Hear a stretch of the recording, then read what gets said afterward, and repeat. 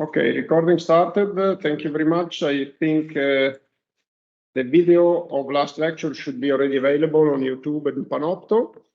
The video is split in two parts, and unfortunately, a chunk is missing between them. I think about 15 minutes. I don't think it's a huge problem for you, but if you have any problem with that, just let me know.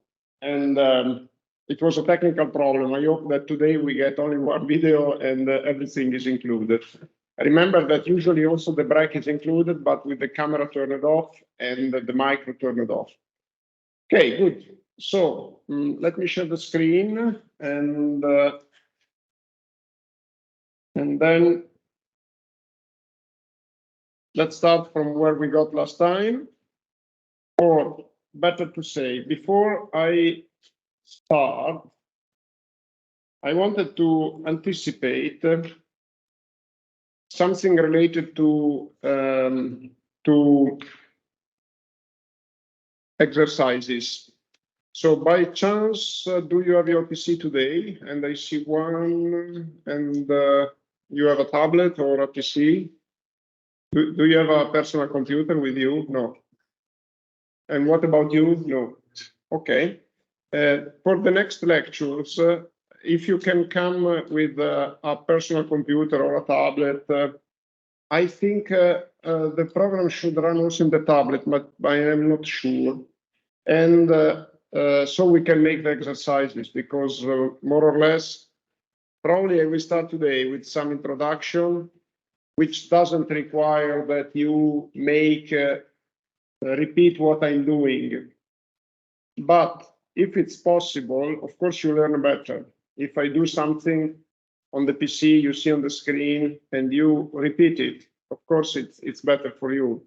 Today, I think we will start. I will probably dedicate some time. And I also want to make a premise on that. So it's not a problem if you don't have the PC today, but just to give you a suggestion. And it's also not a problem if you can never bring a PC with you or a tablet, and you can't use the mobile phone for making these exercises.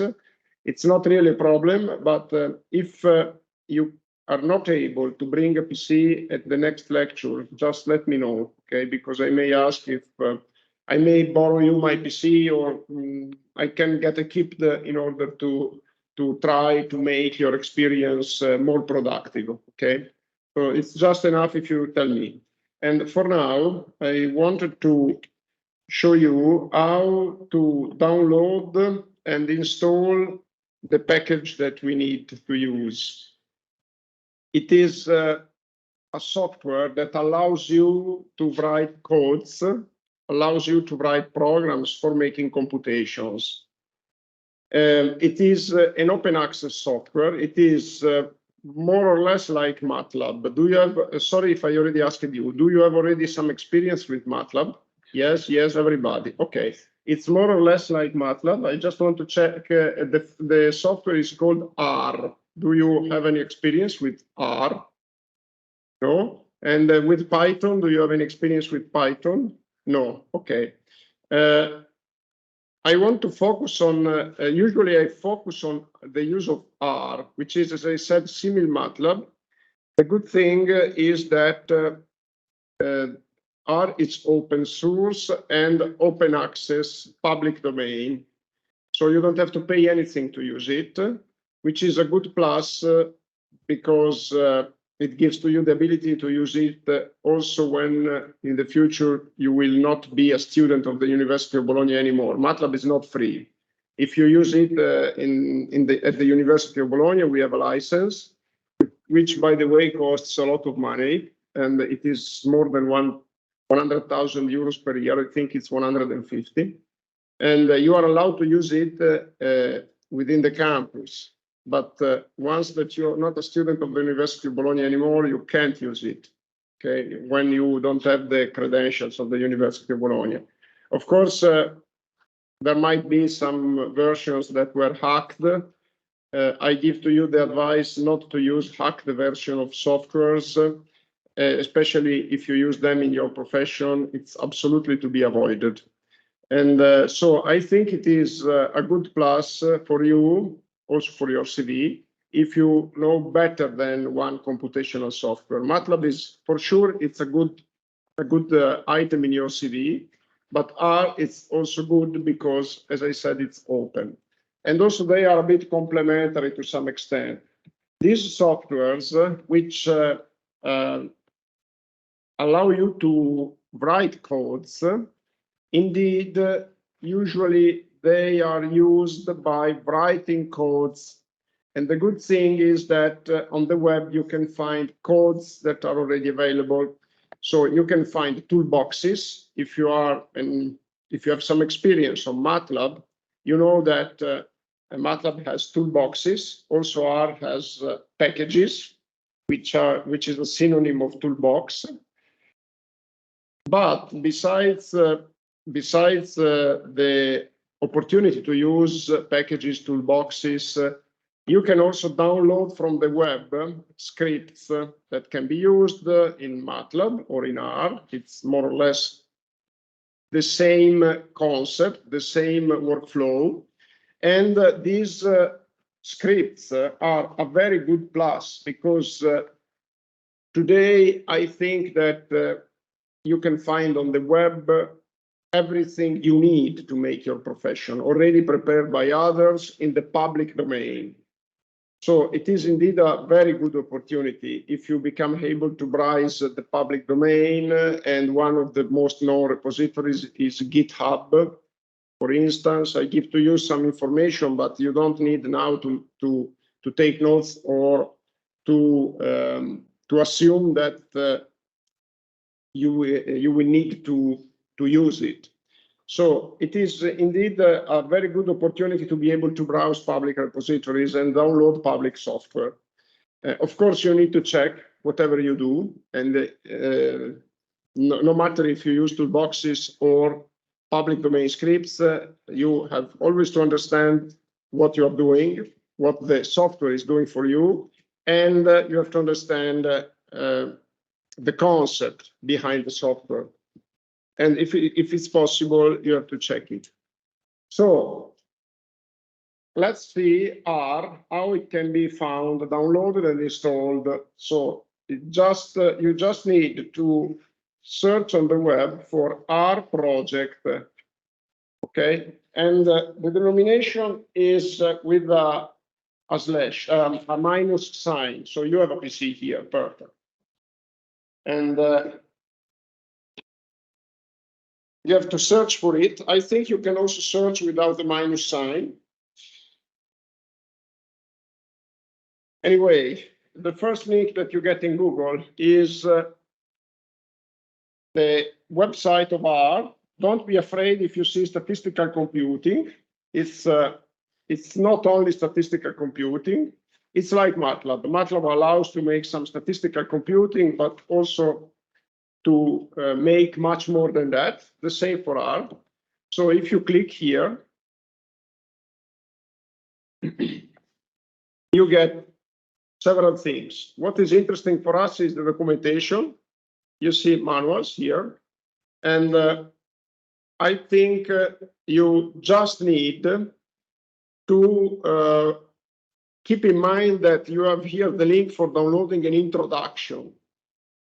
Okay, so, and refer to the release, not to patch or development. And for instance, if I click on the PDF, you get this manual, which is 100 pages. It's not too much because you don't need to read all of it, but it is a potentially useful reference for getting help and support. In principle, you don't need it because I will tell you the instructions to repeat what I'm doing. But if you want to expand, if you want to take more information, this manual contains more than what I will tell you. This is a useful reference because it's quite easy, And there are several other guidelines here, several other documents. It's not really needed that to you to have a look at all of them. It's just useful for you to know that here you can find support. Okay, and let's go back. After the manuals, download. There is only one link. You write on it, CRAN, and select a cloud. It really doesn't matter what you select here. These are several mirrors. I click at the first one, and here you see that there are downloading links. Let's assume that you are a Windows user. Are you, all of you, Windows users? Mac? Okay, good. So you have also the link for Mac. Let's explore now Windows, and you have to install the base. Now, I am installing it on this PC because I think it is not yet installed. So let me just check if it is already here. No, it's not here. So I download the installer, and you see that the download started. And then you just need to double click on it. Okay, so once the download is completed, you see that there is the file here. So double click. You see, select the language. I select English because we are talking in English. So English. Okay. And next, let's see if I have the privileges on my PC to install it. For sure, on your PC, you have your privileges. I think I have, but I'm not sure. Let me see. And then I just take the default directory where to install the program. And then I take the default here of the components I want to install. And then I accept the defaults, no customized startup. And then start menu folder, R, fine. Again, create a desktop shortcut. No, I remove this, but it's not really, it's up to you. And then it's done. And let's see what happens when we open it. Very briefly, just 1 second, let's wait for the installation.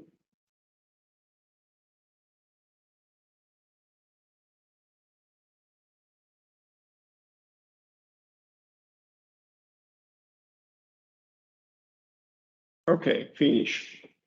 And then we can start it. So it must be somewhere here. Let's see. What if I mean? Okay. 1 second. No. 1 second, because this is the new desktop of Windows, all applications. Okay. And I'm not very expert in this new desktop. I am a Linux user, so R 4.3.2. Okay, and that's it. Let's open it. And let me just use a font that is, sorry, a font that is more, it's larger. So let me take 16 as a font so you can read better. Okay, and that's it.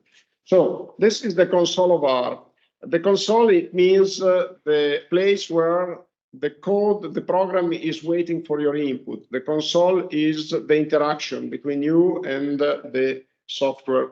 So I guess that you, you told me that you are already experienced in MATLAB, so I don't need to tell you what is a console and what is the difference with a program that is what you see, what you get, kind like Excel. Excel doesn't have a console because Excel has an interpreter between you and the machine, which is the window interface, the Windows interface. So you have the menus, you have these facilities that allow you to talk with the software, Excel, and to give to the software the instructions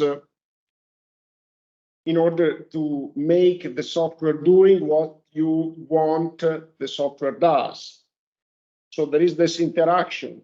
In these programs like MATLAB and R, which are less user-friendly, the interaction must take place through instructions that you give to the console.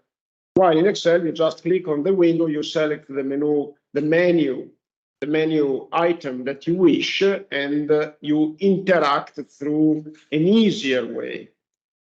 What are the pros and cons of these two forms of interaction? It's clear. If you have Windows, if you have menus, the interaction is easier, but you have less flexibility because, of course, the number of instructions in the menus are very limited. It's true that Excel allows you to bypass the menus and to get to a kind of console, but it's not something that Excel is conceived for. These programs are MATLAB. They use the console to gain flexibility. So you lose something in terms of user friendliness, but you gain in flexibility. But the fact that you lose something in user friendliness implies that you have to know the instruction, you have to know the language with which you talk with the program. So in MATLAB, you know the instructions to upload data, to manage data, to make computations. In R, the instructions are very similar, but are a bit different because it's a different package. And you may think, why different packages? What is the reason why I have several of them? The reason is just different aims in terms of purpose, of target. So there are some softwares that are specific, for instance, for statistics. R was born as a software that was specific to statistics and then expanded. So there are differences in terms of target. So you have softwares that allow you to make computation in structural mechanics. They are dedicated. And the differences are also in terms of open access, public domain, or commercial software. So the commercial software wants to be closed, doesn't want to be open to users because they want to sell it. So they need to keep it closed. And therefore, they need also to use a proprietary language. They cannot use a public domain language, or there are limitations in that. So this is why you have several alternatives. In general, keep in mind that these different packages have also specificities. What I mean to say is that maybe that for a specific task, MATLAB is better than R. Maybe that for other tasks, R is better than MATLAB. So the good thing for you is to gain a background skills that are diverse so that you can select the tool that is most appropriate for you to get to target in an efficient way. And why is that? First of all, you have to identify what is your field of expertise, your specific field. It's offshore engineering. Okay, so you need to get information on what softwares are available, which you can use, and get skilled in more than one of them. So it's very good that you are skilled in Excel, but it's also very good if you are skilled in MATLAB and R or other things. Keep in mind that MATLAB has also a public domain clone. So if you go to Google and you try to Google MATLAB clone public domain, let's see if I get straight to, okay, 5 open source alternatives to MATLAB, you see. And let's go down. I don't see, okay, let's see here, because I have in mind a clone that is, I tried it, is pretty fine, which is Octave. And let me see if I can find it. So, Julia, GNU Octave, this one, sorry. For some reason, I'm not sure whether, okay, GNU Octave. And this is what I meant to write. So let me see here, Octave. And here is Octave. I don't have a good experience with Octave. I have a good experience with R, and I can tell you that it's widely used and it's really powerful. Octave, I'm not really sure if it is fully compatible with MATLAB and what are the pros and cons. But I think in any case, it's interesting for you to know that there are these alternatives. Okay, let me go back to our console. Basing on what I said, you may say now, but you have menus here. Yeah, that's true. We have some menus. They are present, I think, only in the Windows version. Maybe that in the Mac version you don't find them, but actually they are not very useful. And so it's much better if you learn the instruction and you give the instruction through the console. And they are useful for, you see, only a few menu items can be found here, like save or something like that. And also you have some shortcuts for opening, saving, etc.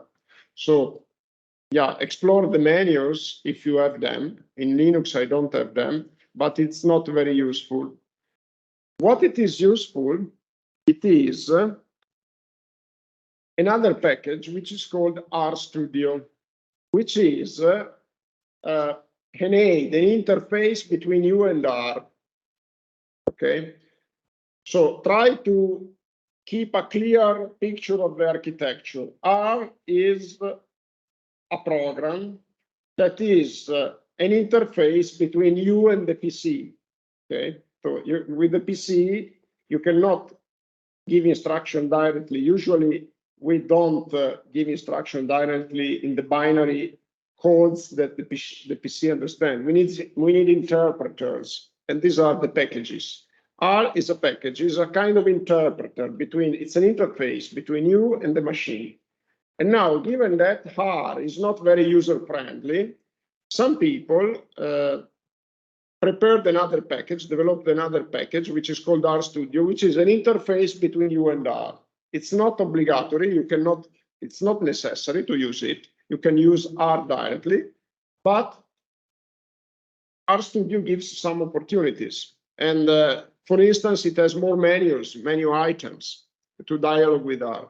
How can we find RStudio? RStudio, you need to go to another web page here and Google RStudio. And here it is. RStudio Desktop is what you know.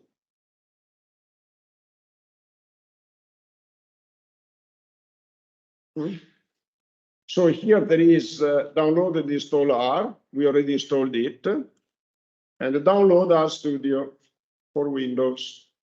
And then here you get several options. Let me check. Okay, it's already downloading. So I don't think there are other options because it's also available RStudio for Mac and Linux, not directly here. Ah, yeah, it's here. It's here. Windows, Mac, Ubuntu. You have all the download links. Keep in mind that there are some versions of RStudio Desktop that are not free.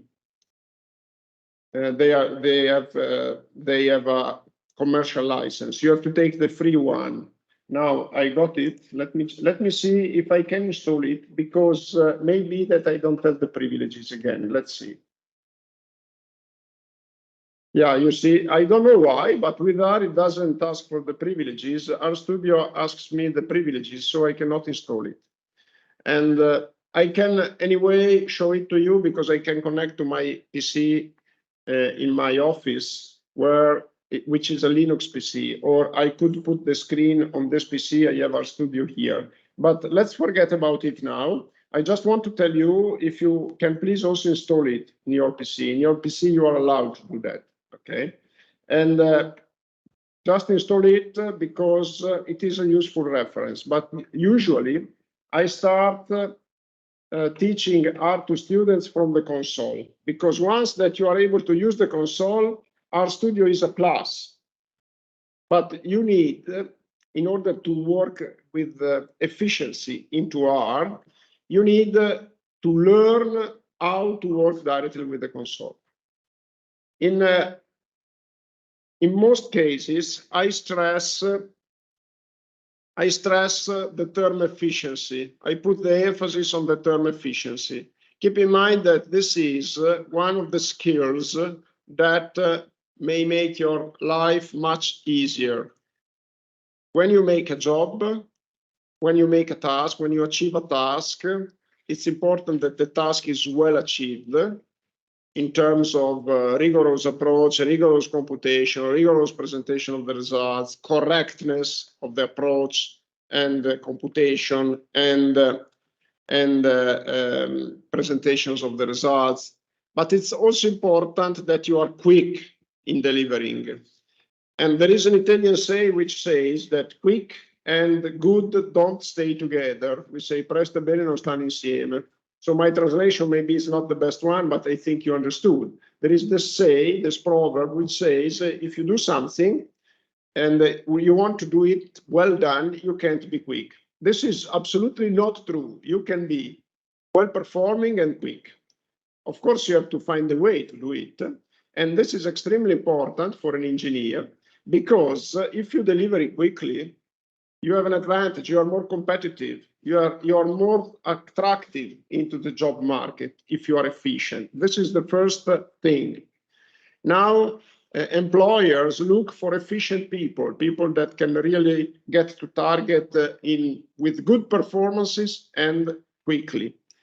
And there is also another plus in being quick. Sometimes we are required to work on the PC for the whole day and to make several operations, several tasks on the PC. So during a day, if you work 8 hours, maybe that you give to the PC a kind of 1,000 instructions. This is possible. Or let's say also 200. So if for each of these instructions you save 10 seconds, or you save, let's say 20 seconds. Okay, 20 seconds times 200 is 4,000, if I'm not wrong. 4,000 means that you don't work 8 hours, you work 6 hours and 40 minutes or something like that, okay? So you save 1 hour every day. And this is very helpful for you because you can relax then in the free time. You can recover from the fatigue of the day and makes you even more efficient. So there is a reinforcing feedback. You are more efficient, and then you can recover the energy for becoming even more efficient. And keep in mind that being efficient does not necessarily require more energy. Sometimes it's the opposite. If you are not quick, you get stressed. So efficiency is important. And one ingredient for efficiency is to know several solutions for a task. So you are presented with a task and you have 2-3 alternatives and you can select. This is why you need to learn to use the PC well and to learn several ways to get to target. This is important. Okay, now a few things on the console of R, but very few. So the console accepts the basic operation. 2 + 2 return gives 4. 2 × 3 return gives 6. 2 to the power of 3 return gives 8. So the console accepts operations and in sequence like 2 + 2 × 3. So here you can see the priority. The priority is the multiplication. So I get the same result if I write in this way. If I want to give priority to the sum, then I need to write between parentheses the sum and then the multiplication, and I get a different result. So be careful of priorities. These are the usual priorities adopted in computation. So the multiplication as the priority. There are some less obvious priority. With Control L, I clear the screen. And for instance, if I write 2 × 3 to the power of 2, it's not completely clear to me if the power has the priority. I think so. So if the power has the priority, the result should be 18, which is 18 indeed. Okay. Control L. If you have Windows, it's Control L. In Mac, I think it is different. Anyway, if you want to get help, this is a good question, what you did. And let me just go here. Sorry. Let me get that through here. Okay. Let's get help. Clear screen R project. This is the best way to get help in R. So function to clear the console in R and RStudio. So let's see here. Yeah. Sorry. Control L, clear the console. But in Mac, I think it is a different combination. Sorry? Yeah, maybe. Let's see. Control L, for that, I think. Okay, let's find clear screen or project Mac. Okay, it's not immediate, but Control L. No, maybe that it's Control L. Maybe. But you have to be careful with Mac because there are some shortcuts that are a bit different. So I don't remember which ones, but some of them are a bit different. So in any case, this is perfect. Or let's suppose that I want to compute a logarithm and I don't know what is the name of the instruction. Logarithm R project. Okay, it was, I made a spelling error, but it corrected it. So, and logarithms, first link.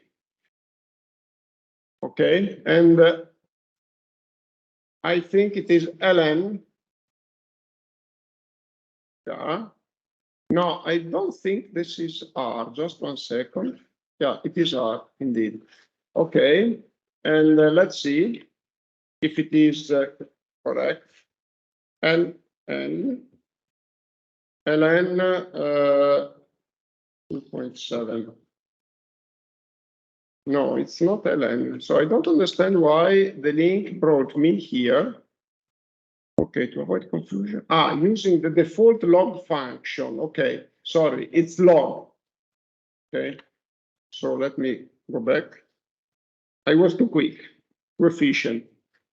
So too much, being too quick can imply a loss of efficiency. So log x3 should be 3, perfect. So if you want to get help, this is the best way. And there is another way. Question mark log in console and gives to you the help, but you need to know the term you are looking for.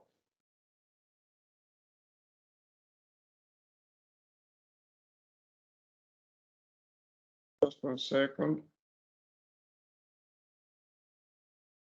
I don't understand. Oh, no, it's not this one. 1 second, because I have the browser here that is putting me in trouble. Okay, now it's correct.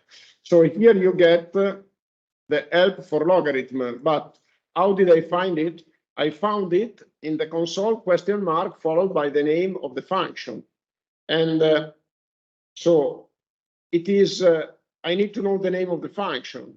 Another thing is be careful of the parentheses, because you understand from this example that the argument of a function, in this case the function logarithm, should be put between round parentheses. So let me just give you an easier example. SQRT is a square root of 4. 4 needs to be put between round parentheses.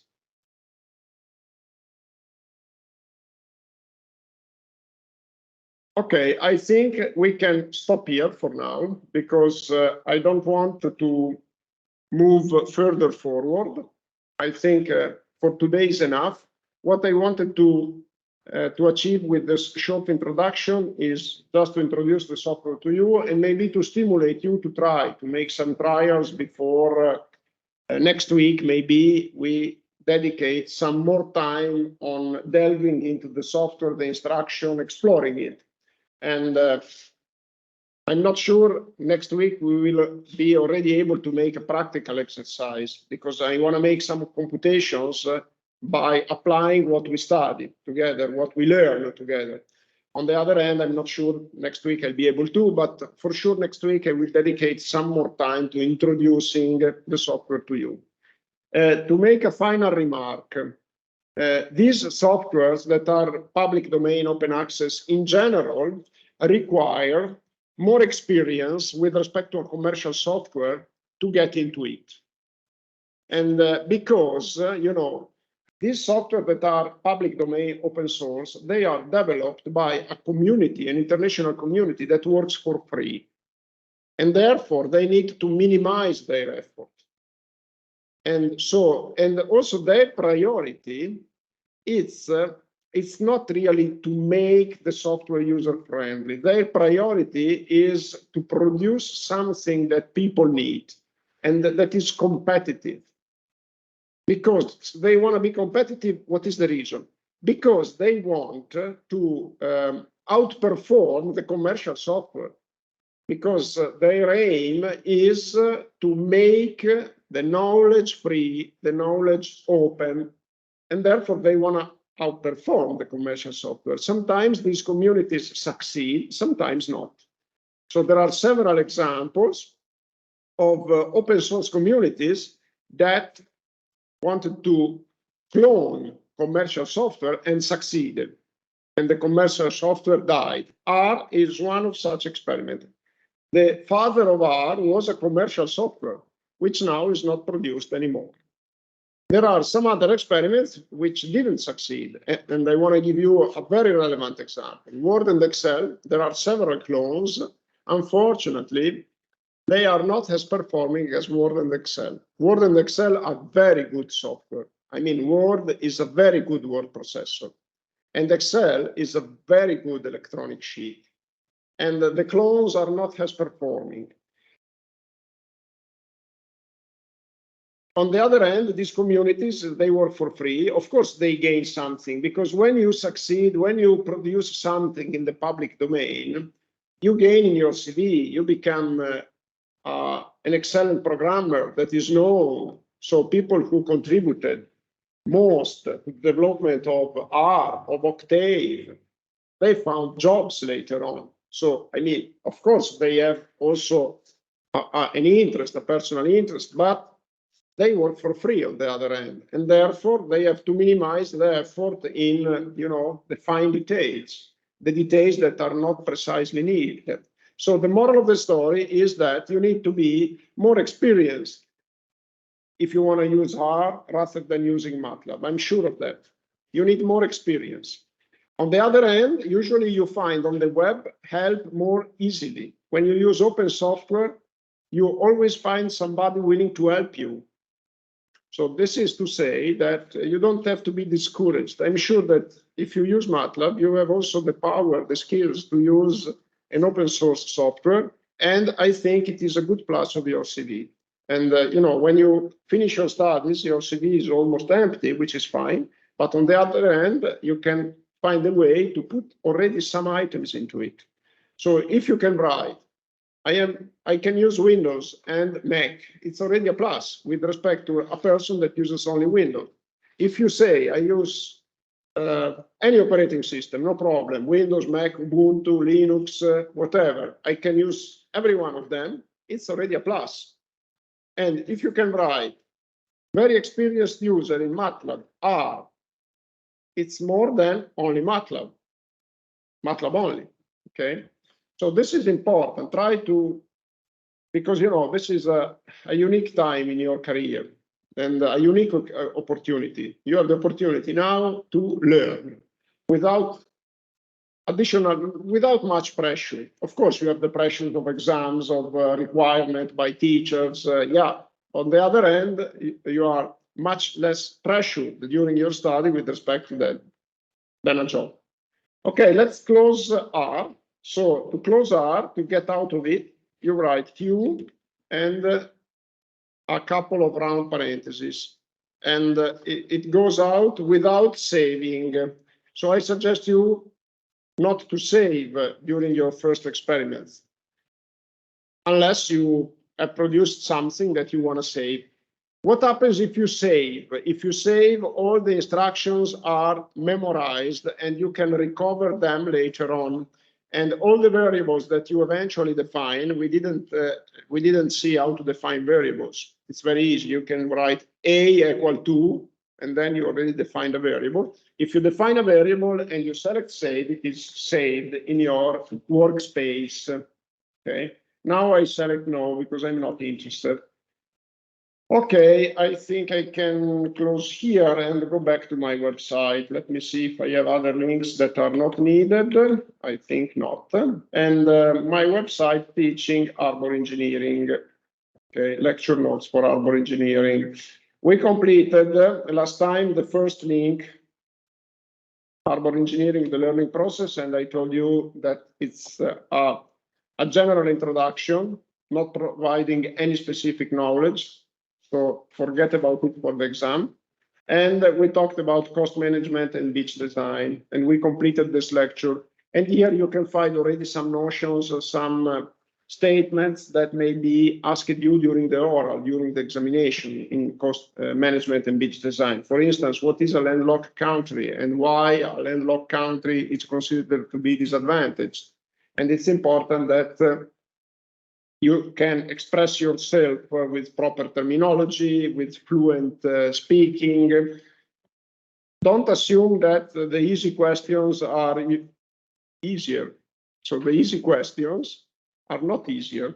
I would say the opposite. If professor asks you an equation at the exam, if you remember it, the reply is indeed very easy. Of course, it's more difficult to remember an equation, but it may look more difficult, but in the end of the story, if you have to list the reasons why a landlocked country is disadvantaged, it's also important, your study, your memory, not to forget items. It happens quite frequently when I ask questions at the oral that they reply to a narrative question. So I call a narrative question a question that requires a narrative reply. You have to explain why a landlocked country is disadvantaged. And you provide a list of reasons and you may make a comment on each of them. So these questions, I think, are the toughest ones because you need to speak fluently. You need to remember, first of all, many things. You need to speak fluently. You don't have to speak too much. You have to speak well. This is important. It's important because when you go for an interview, it's really important. They may ask you, what is your dream in your career?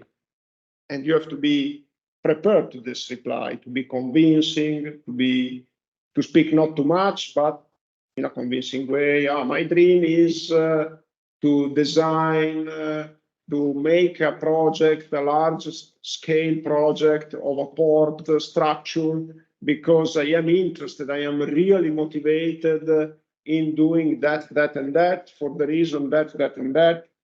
And I am very committed to work and to expand my knowledge, my skills. So these replies that are narrative in an interview are extremely important. In an interview, if they ask you, how old are you? The reply is obvious and doesn't give an added value. And they don't ask this question, by the way, but they may ask, of course, very specific questions like, what is your degree program? And what is the list of the exams that you took? And another question may be, what is the exam that you liked more? And you give a reply, and they ask you why. You have to be prepared, and it requires a narrative, So don't underestimate the questions that may arise from this lecture here, which we saw last time, okay? Not many of them. So classification of cost. What is a flat cost? The answer is very easy. On the other hand, try to speak well. Okay, now the next link is, we talked also, about climate change. Climate change, as I mentioned to you last time, is just an information for you, which we may integrate later on. You see that there is another link. It's an information for you, but it's not something that you are required to study for the exam. For planning and environmental impact is something more specific, which it's still narrative. It's not like the next link. The next link is forcing estimation, is more computational. This one is still narrative, but it is also moving forward to a specific topic, support planning. And first, let me give you another information. I put here today this link, which I found interesting. While I was in the train, I thought, let me try to find some updated information to deliver to students. And I found this link, which I found interesting, and I linked it here. It's an article titled the 10 most expensive port construction projects in 2022. And of course, take this statement as a narrative statement, not a quantitative statement. I'm not really sure that those are the 10 most expensive projects at the global level in 2022. But I think it is interesting to look at these projects because it gives you an idea of what would be an important project in a port, in an airport area. So the first example is this one is the 10th in the list, Namib Bay. I hope Namib. I hope I am pronouncing development. And it's an integrated development project in Angola of this bay. And the cost is about $643 million, I think. And basically, it's a project, you can see here a description, promoted by the Ministry of Transport. And the project aims to revitalize the economy in the south of the country, generate employment and diversify industry. At the same time, it will increase the potential of the port for becoming a gateway for import and exports and from landlocked countries in the African continent. And it's a development, a further development of a port. And you see what they are doing here. So there is the land behind, quite steep, and they are constructing this wharf. When the dock is aligned with the coastline, we call it a wharf. We will see later on. They are constructing this wharf with several containers, and we need here to put structures for loading the ships, unloading the ships, etc. And probably there are also other details. We don't go into the details, and if you're interested, have a look yourself. And this is another project in Egypt. It's a container terminal. This is a rendering. So they want to build this pier. This is protruding into the ocean. It's perpendicular. Here, the docks are perpendicular to the coastline, so it's called a pier. Okay. And they are developing this pier, newly developed, and with the equipment for docking large ships. You see the ships here. You see the size of the container. The container is like a truck, the size of a single truck without carriage, let's say. So the container is the size of a truck, and you see the size of the ship is huge. Okay. And it involves the construction of a new container terminal shoreline. It includes the construction of a storage yard, wharf, dredging and reclamation works, waterway improvement works, revetment and retaining wall, breakwater, etc.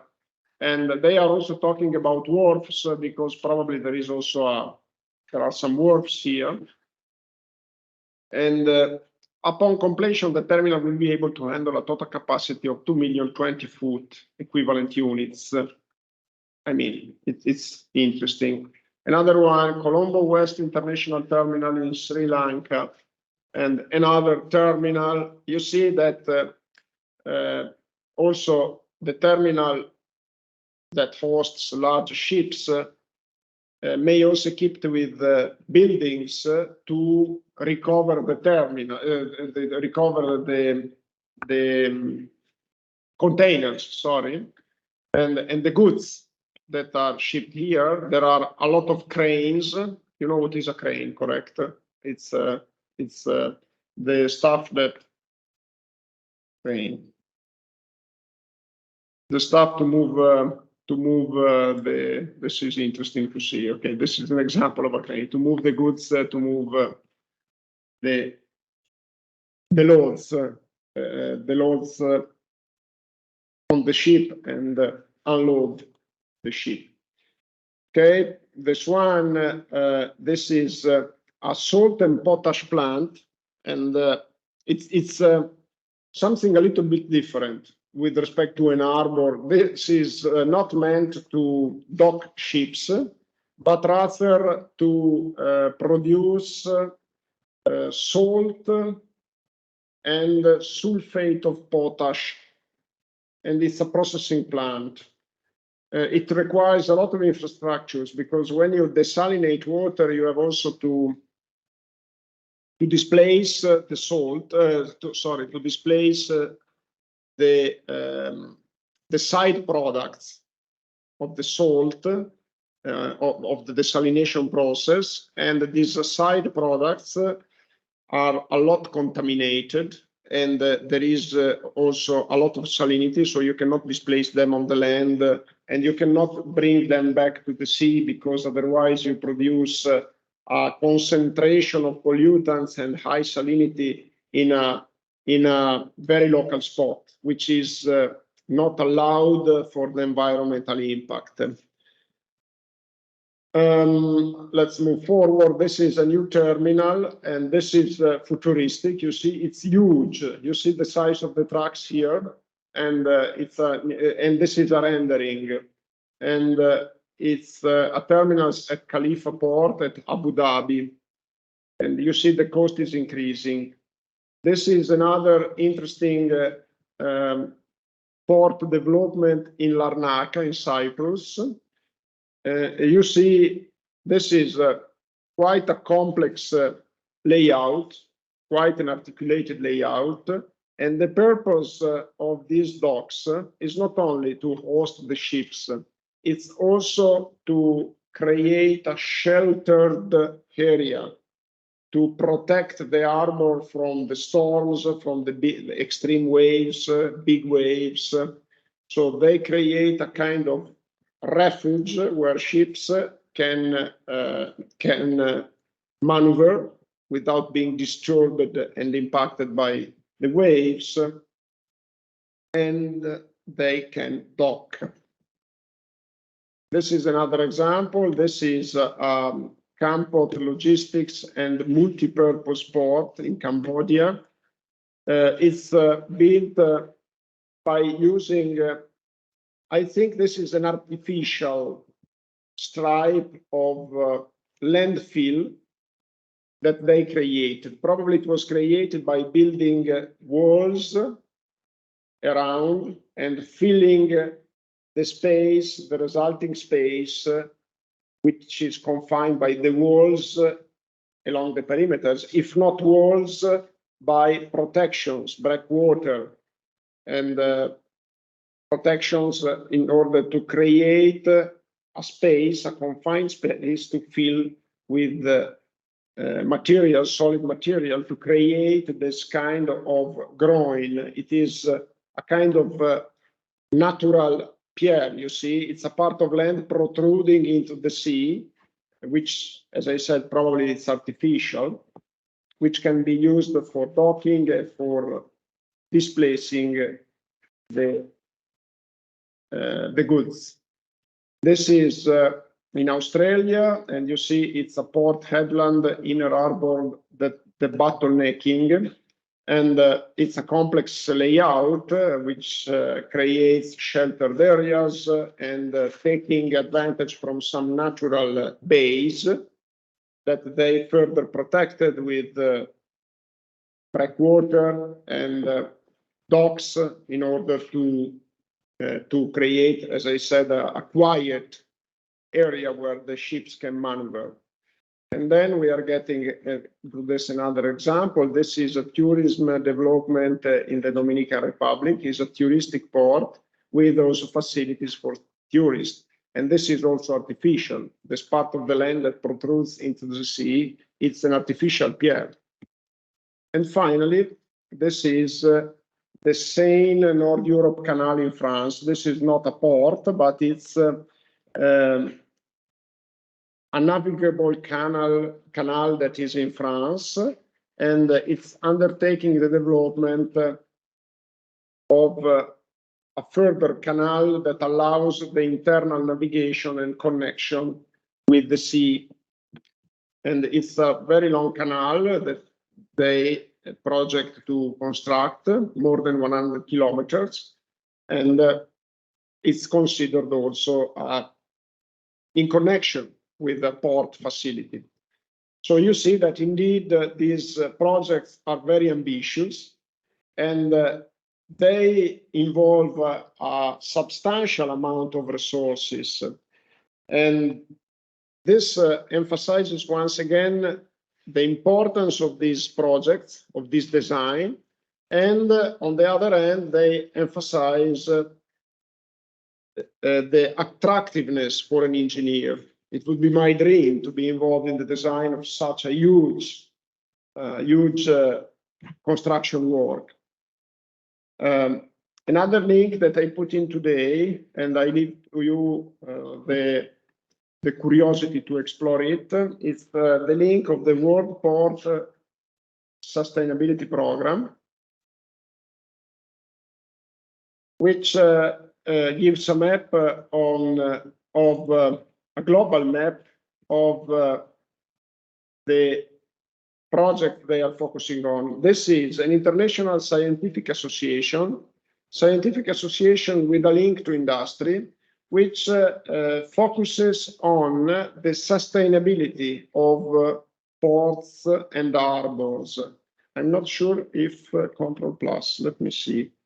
Control Plus. I'm not sure if we zoom on the map, what happens. No, What's the name of the link? The link is here. It's linked in my website. And what you could do is to look in Google for the World Port Projects. And here there are some links that present to you some projects, and which are finalized to achieve the target of the UN SDG, Sustainable Development Goals. You already had some information on the Sustainable Development Goals, I think. You already have it. In any case, if you're interested, you can find in Google the website. And if you're interested, as I said, explore the web. They are goals that were set up by the United Nations, I think in 2015, to be reached by 2030. It's part of the Agenda 2030 of the United Nations. And basically, they are goals in terms of sustainability that have been recognized, identified, and recognized by the United Nations. You may find them trivial because if you look at the Sustainable Development Goals, some of them are really trivial. On the other hand, they are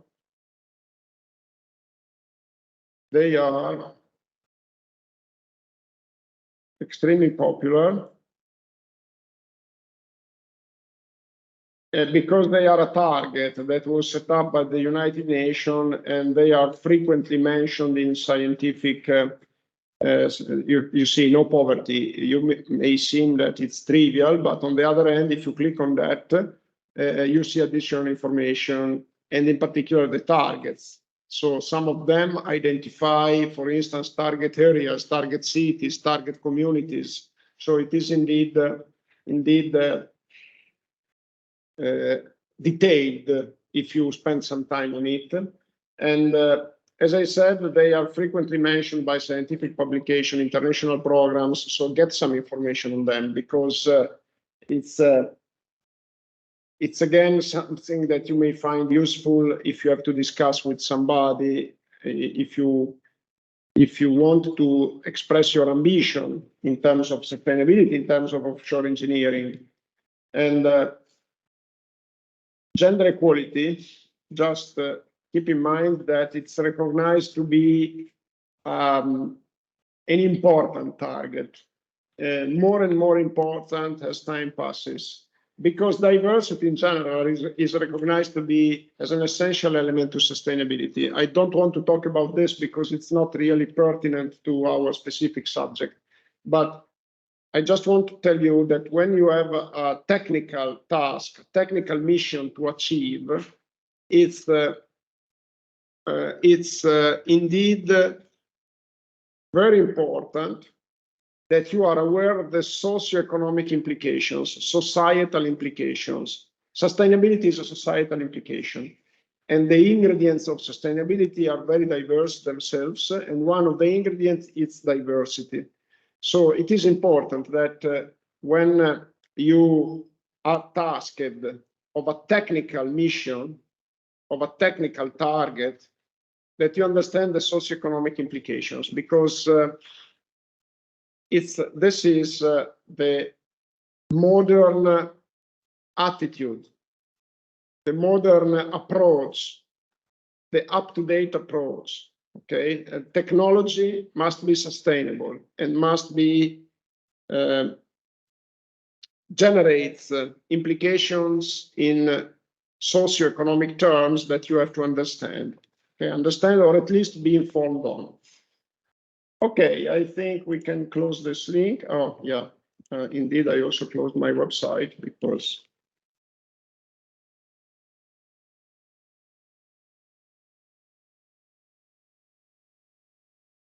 sorry. Okay.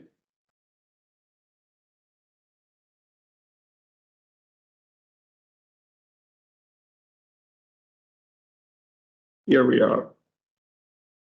Okay, so the PowerPoint. Let me get the PowerPoint, otherwise it's too boring.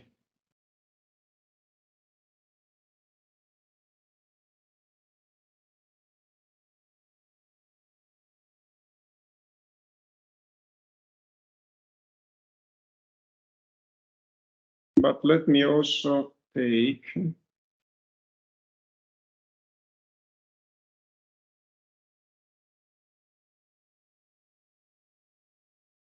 Okay, let me also keep the lecture here.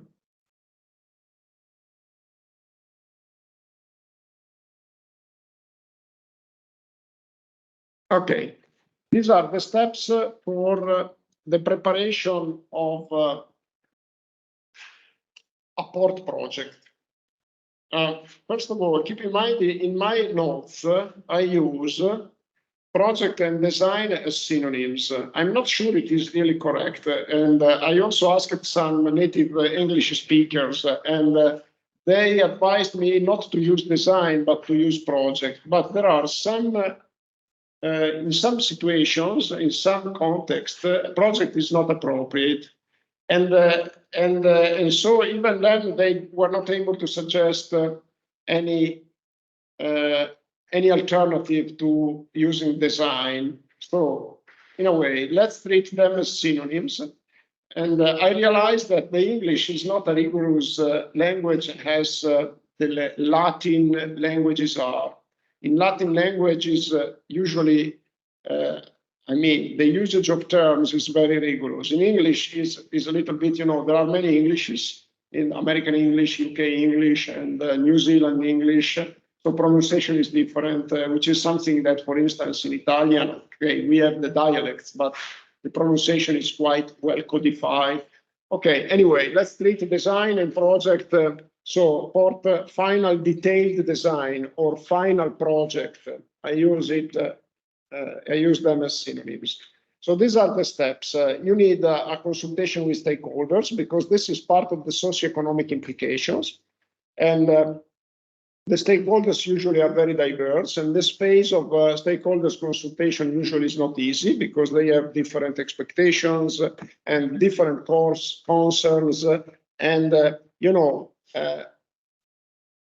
realizing a port, it's building a port is an anthropization, it's a form of anthropization. So there are several concerns in terms of environmental impact. Of course, we have to live with environmental impact. We cannot keep the environment unchanged.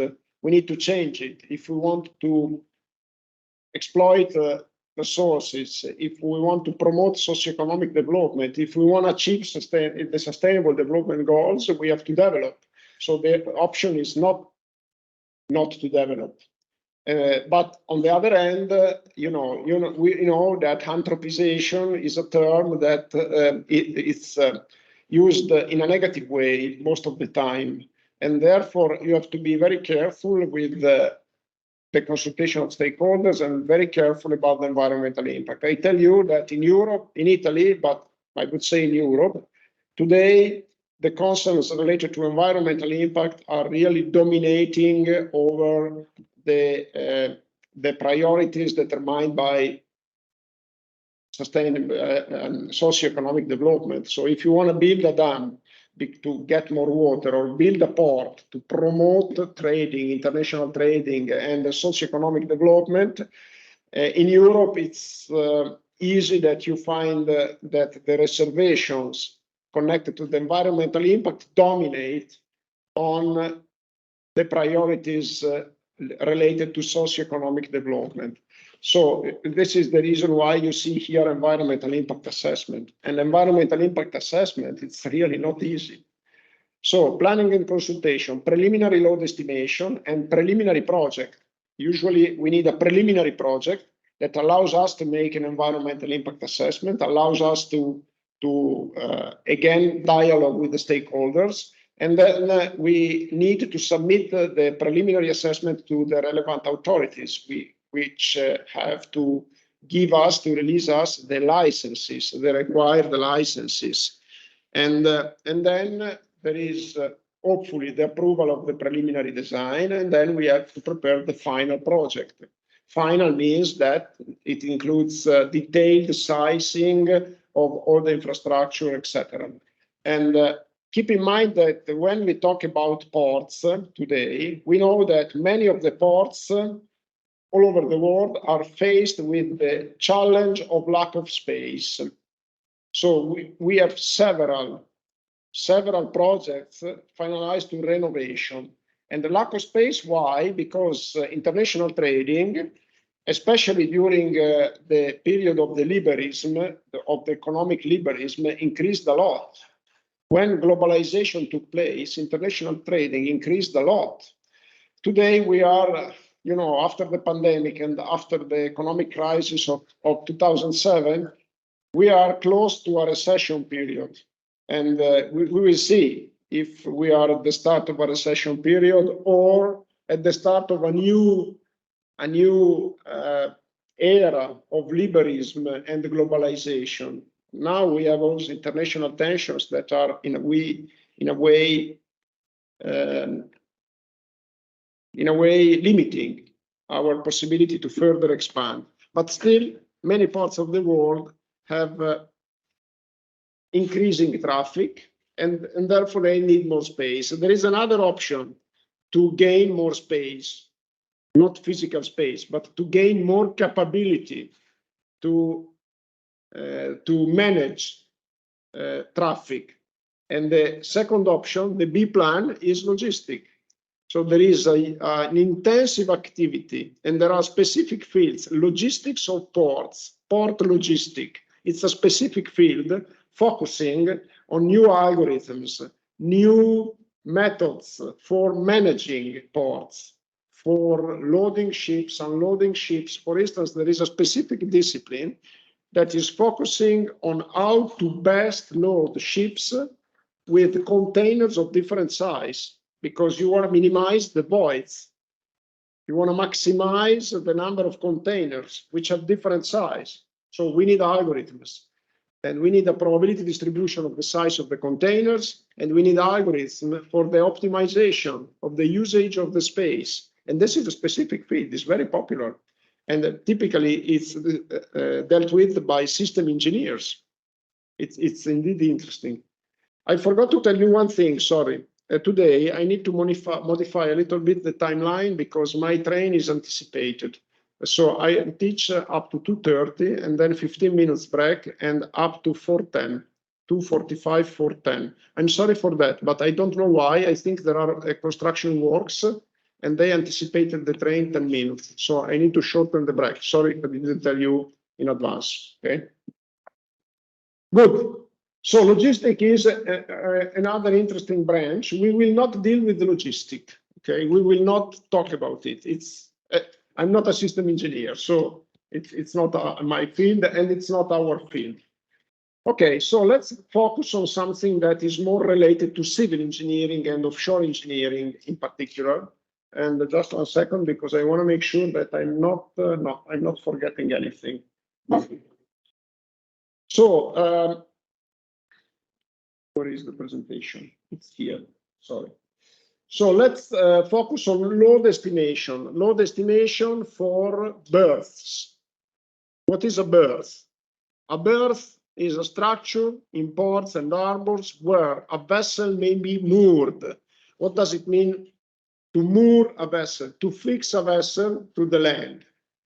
Okay, the vessel is fixed to the land through the berth and over the berth through a mooring point. So let's see what is a mooring point. I think I have a picture here. It's not here.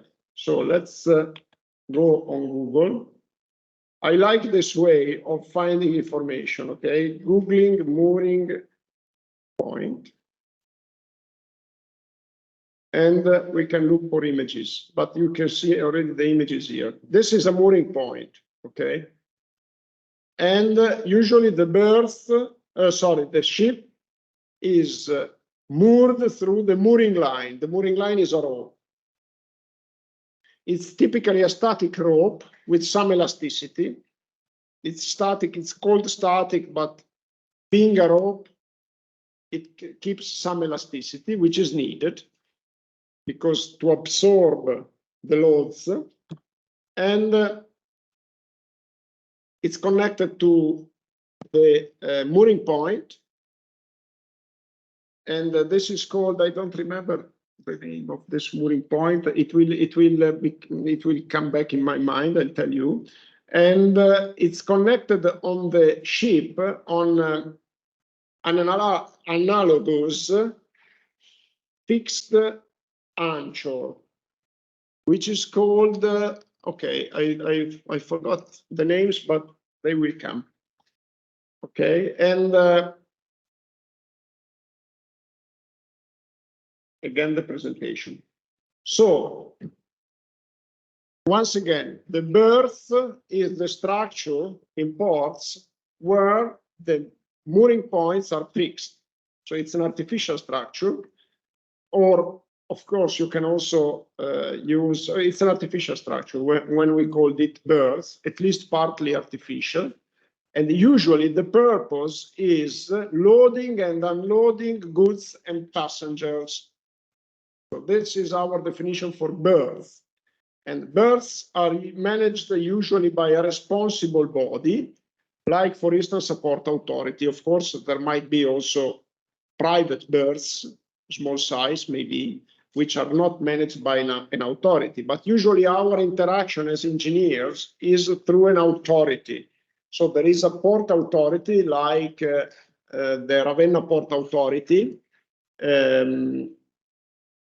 which is called Autorità Portuale, Port Authority, which is in charge of managing, maybe also a public body, usually it is a public body, in charge of managing the port, and usually it's the Port Authority which approaches the engineer and asks for designing a new berth, renovating a berth, etc. The berth structure, you can understand, is exposed to a high number of loads for its design life. And we need to estimate these loads in order to make the design of the berth. And not only the body of the berth, but also the mooring points, which need to be fixed properly. The number of mooring points, which determine the load over the berth. But the berth is not only subjected to the load of the mooring point, it's also subjected, for instance, to the loads originated by cranes or moving trucks. They break during when approaching the berth, and they produce a load. And there is the self-load, the self-weight. Okay, there are several other loads that we are exploring here. And an essential task that we have to perform is load estimation. So what type of loads are we considering? There are several types of loads. We can classify them broadly in three categories, depending on their provenance. So loads from the seaside, loads on the berth structure, and loads from the land side, because the land also is originating loads over the berth. Think, for instance, of a landslide, of of part of the land that is pushing against the berth. So there might be also loads from the land side. The loads can also be divided into two categories, which I think you already know, which are normal loads or live loads and extreme loads, also called, sorry, live loads, I made a mistake. The normal loads and the extreme loads. The extreme loads are also called accidental loads or live loads. So, sorry. Normal loads refer to any load that may be reasonably be expected to occur during the design life of the structure under normal operating conditions. I think you already got this definition in other disciplines.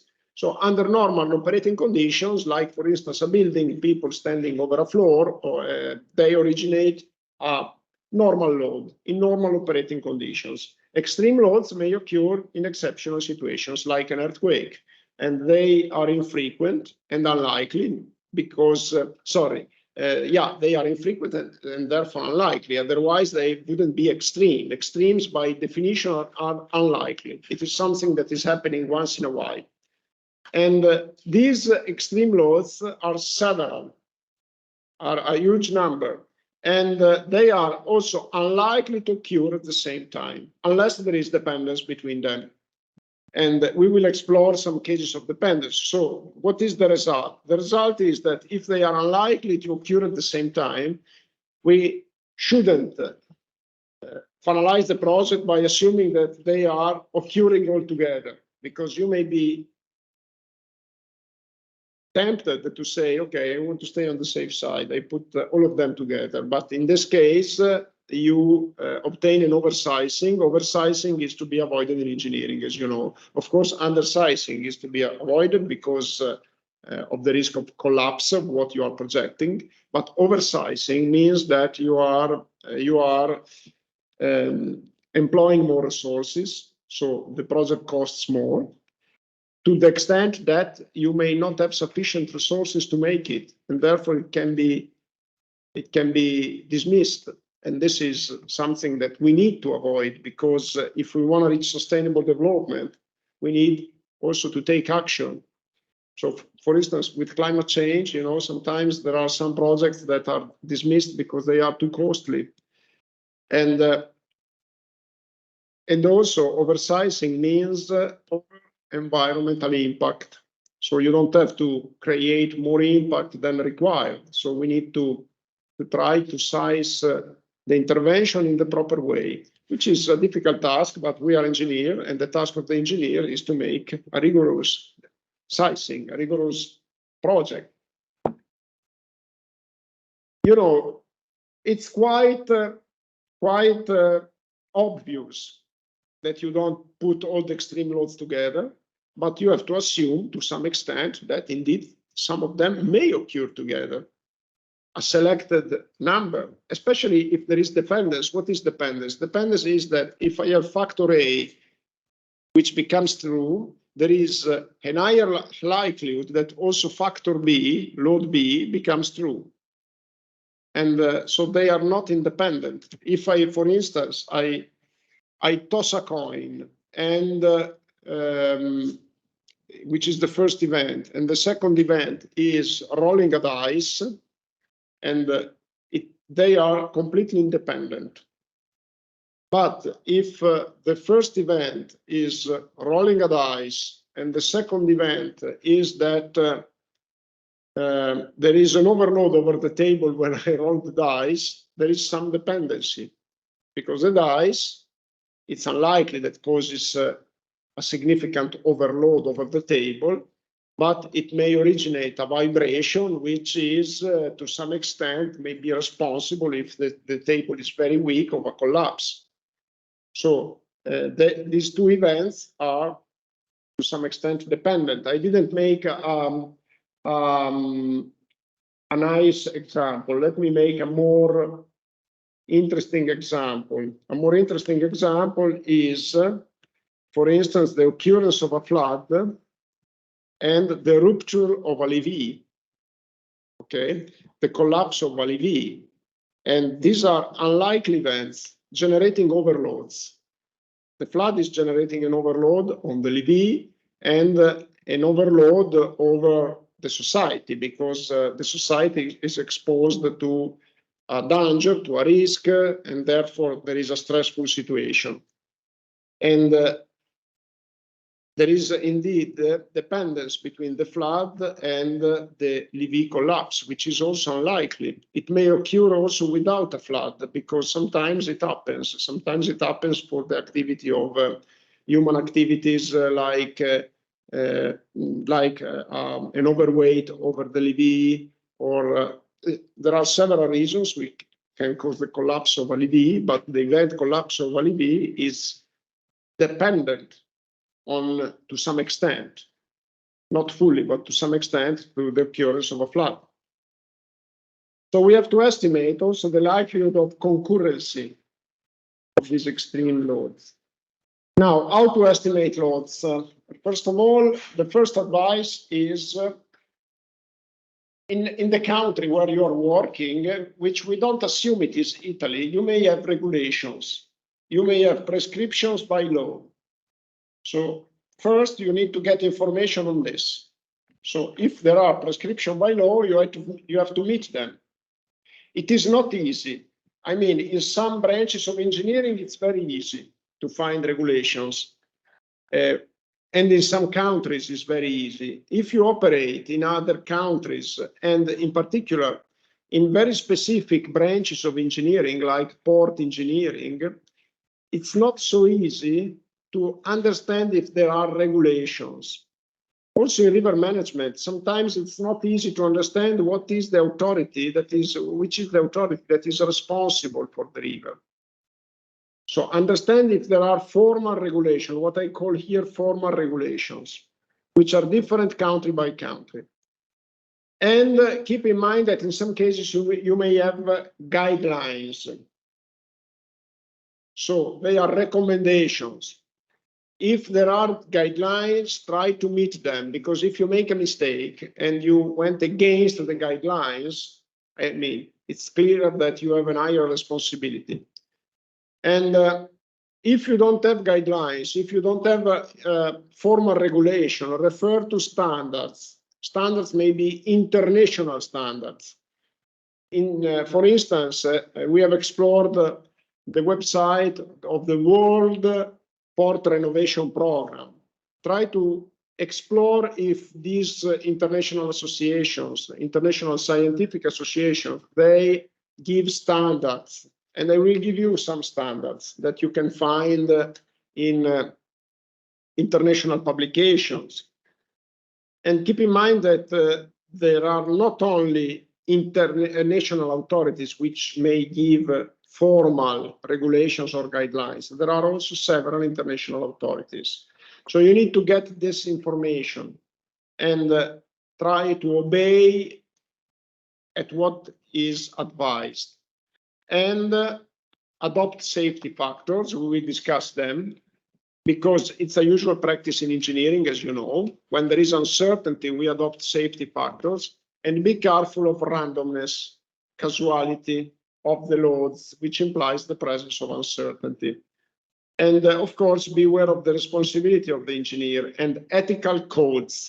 So whenever you operate in fields, disciplines, where there are ethical codes suggested for performing your activities, study the ethical codes and you should adhere to them. Okay, ethical means that they are not formal requirements. They are recommendations of behavior, not really technical recommendation. When we talk about ethics, it's not technical, as you know. But it's extremely important that you adhere to the ethical codes. You may not agree with some of the suggestions of the ethical codes. This is another issue. And you may also express your disagreement, but try to be careful, to be informed about ethical codes. Okay, let's make the break here, because this slide is interesting, and let's meet in 15 minutes from now.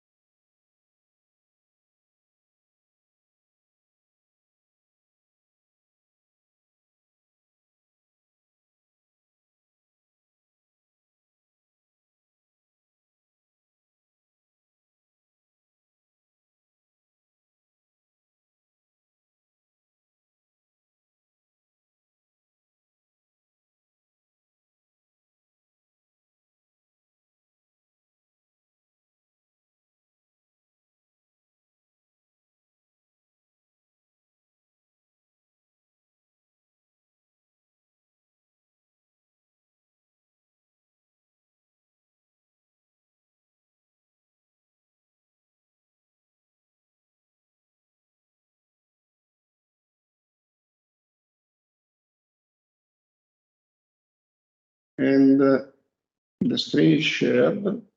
Okay, the micro was not turned on, so we have lost about 5 minutes. And as I said, let me get the PowerPoint here. As I said, I forgot what I was talking about, but it's not a big problem. So this is an open structure that is founded over piles. Now, we can provide this classification of the loads, and keep in mind that not all of them can occur together, and not all of them, more important, may be relevant for the specific project that you are dealing with. So some of them, for instance, ice forces from the seaside, it's not always relevant. So you may discard some of these if they are not relevant to the specific project. So loads, sorry, I was talking about resonance. So you have waves entering into a bay, into a closed space. If they get reflected, the reflected wave can sum up to the incoming wave, causing resonance. And this is an effect due to wave reflection. So it's an undesired effect. So if you want to avoid wave reflection, you can use, like in this scheme here, an open burst. Okay. Now, we will see different type of bursts later. Now, let's focus on the loads instead. So they can be divided into 3 broad categories: from the berth, loads from the berth, loads from the seaside, and loads from the land side. So if we start from the left of this picture, from the seaside, we essentially have horizontal loads. We don't have vertical loads from the seasides, because this is another classification that we can make: vertical and horizontal loads, which both act on the berth, and the berth resists to the vertical loads through the foundations, typically. For instance, in this case, through the load that is taken by each pile, and the load is taken by friction of the pile along the lateral surface of the pile, or may be taken by the bottom of the pile, which is pressing the soil beneath it, which has a carrying capacity, the soil. So again, vertical loads and horizontal loads. Horizontal loads typically are absorbed by the friction of the berth over the land. In this case, there is no friction, so also the horizontal loads need to be taken by either the land side or the horizontal resistance of the piles, which usually is not very large. Okay. And in some cases, you can tolerate movement of the berths, especially for small ones. You may have kind of flexible, adaptive berths, which adapt with deformation to the loads that they receive. But let's focus again on the loads classification. So from the seaside, we have essentially horizontal loads, and they can come from sea and from waves and ice pressure.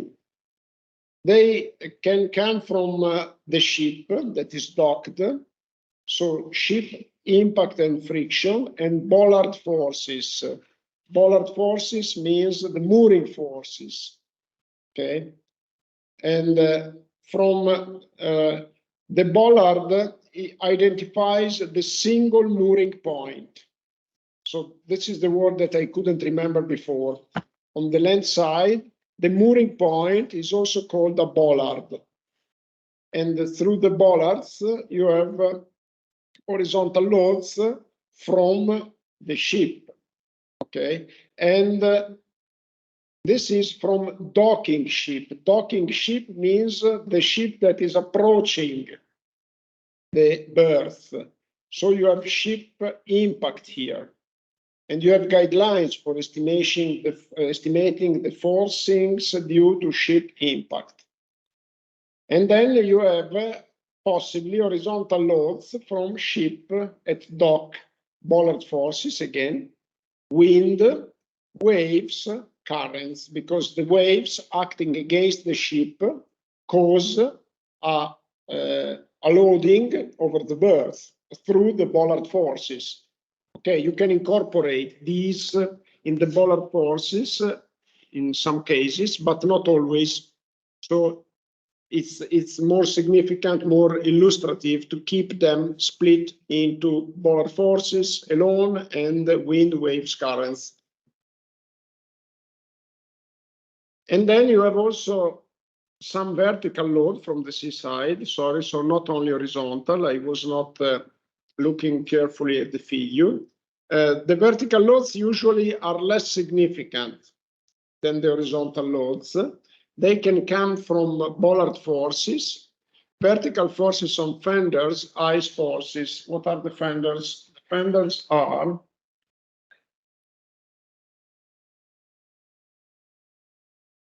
let's go here. Fender. There is a picture on, sorry, fender ship. Okay, here they are. Okay, these are basically they transfer the impact. They avoid the direct impact from this case is relevant. They avoid the direct impact of the ship against the wall, impact that can damage potentially both the wall and the ship. And there are these rubber-made softening devices which absorb the impact, but on the other hand, they of course give a load, a potentially vertical load on the berth.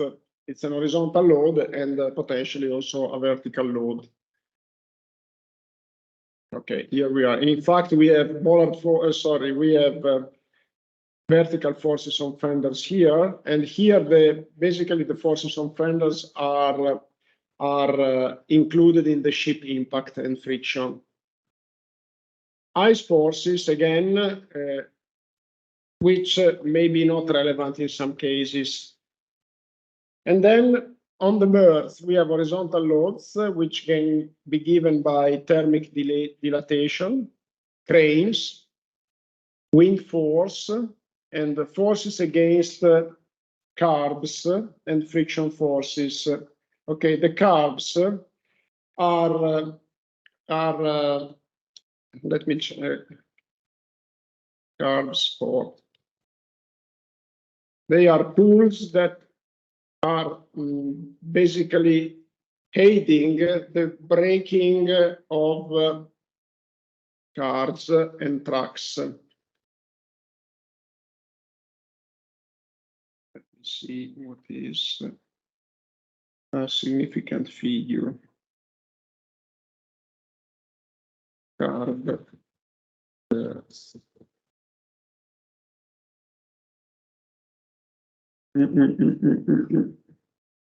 Okay, I think that we could, the most meaningful is probably this one.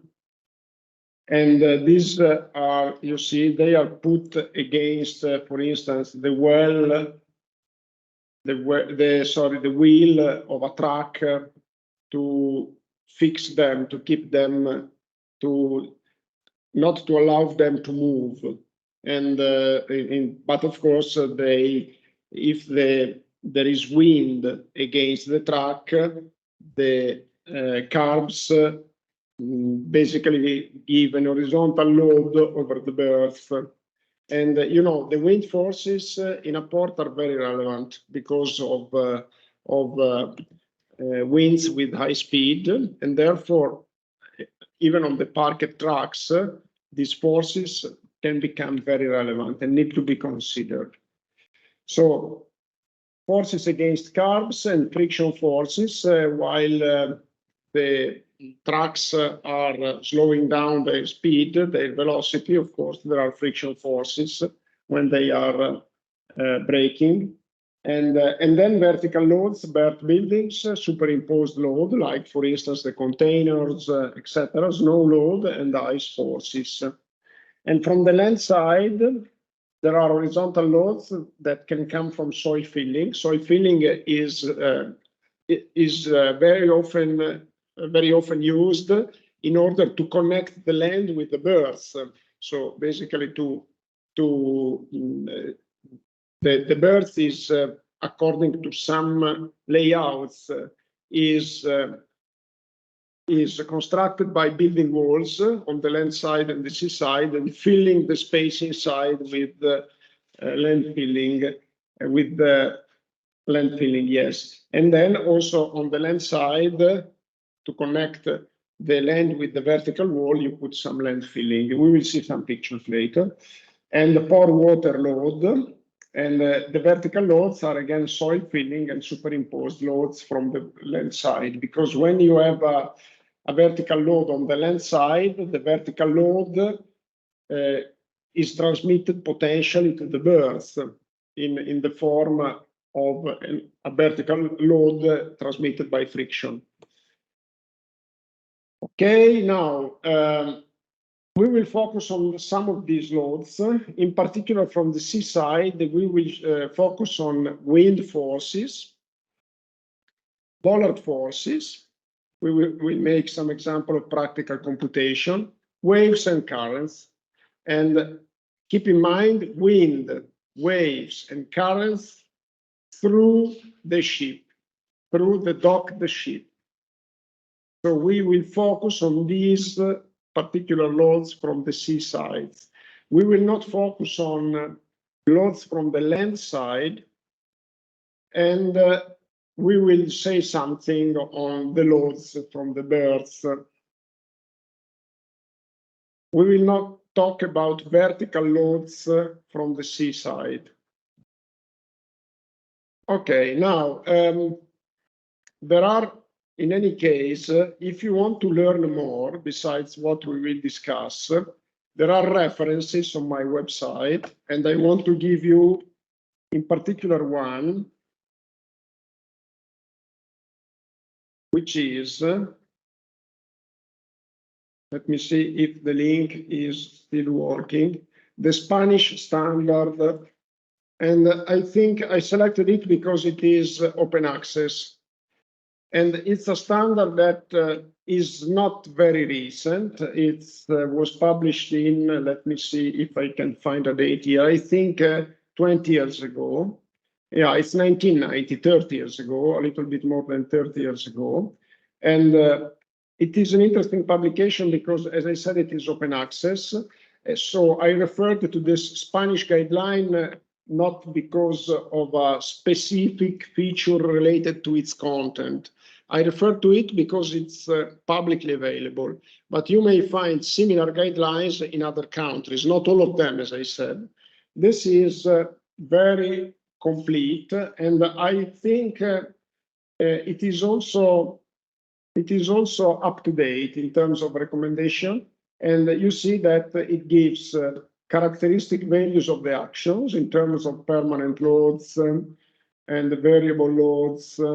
And you see that there are loads here that are additional with respect to those that I mentioned, like traffic overloads, cargo handling equipment and installation overloads, etc. Calculation basis, general calculation process, and much more than what we discuss here. You see 262 pages, so it is indeed something extensive. Just 1 second, I want to show you some examples of, because there are also some interesting figures and some discussion on the load. General criteria, which is also interesting. Let's see.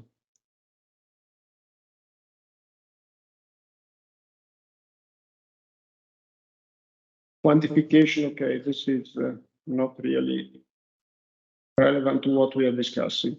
Okay, you see that here there are also criteria for determining the loads from the land side, earth pressure, earth load, etc. This is something that I widely used. And let me see if I can find this reference in another lecture, Torrensen.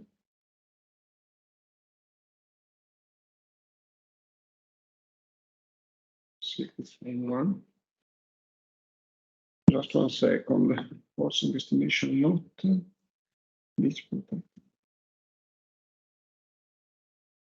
Okay, let me find it because I want to give you it.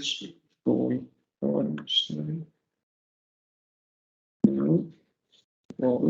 When you look for references, Google Scholar is an excellent source of information. Usually I put the author and the date, and usually I find it. Let me see.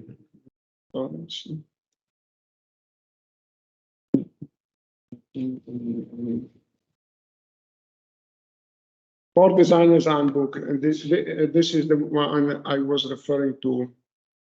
Just 1 second that I make a cut and paste.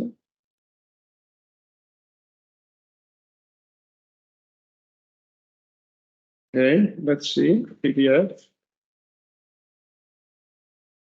I think somewhere it's cited in my website, but okay, this is another reference that I think it is very useful. Here it's not extensive, it's not, it's also only the timetable, but I'm sure that I'll find it.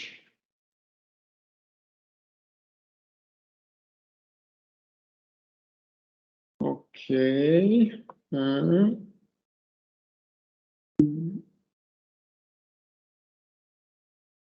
Let me see.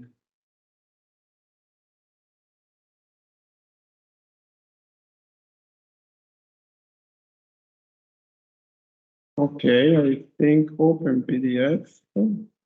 This is 2015. Let's see, but this is only preliminary pages, I think. But I'm sure that there is an open source version. This is not complete. No. Okay, I will make the reference available because this is another very useful reference. Okay.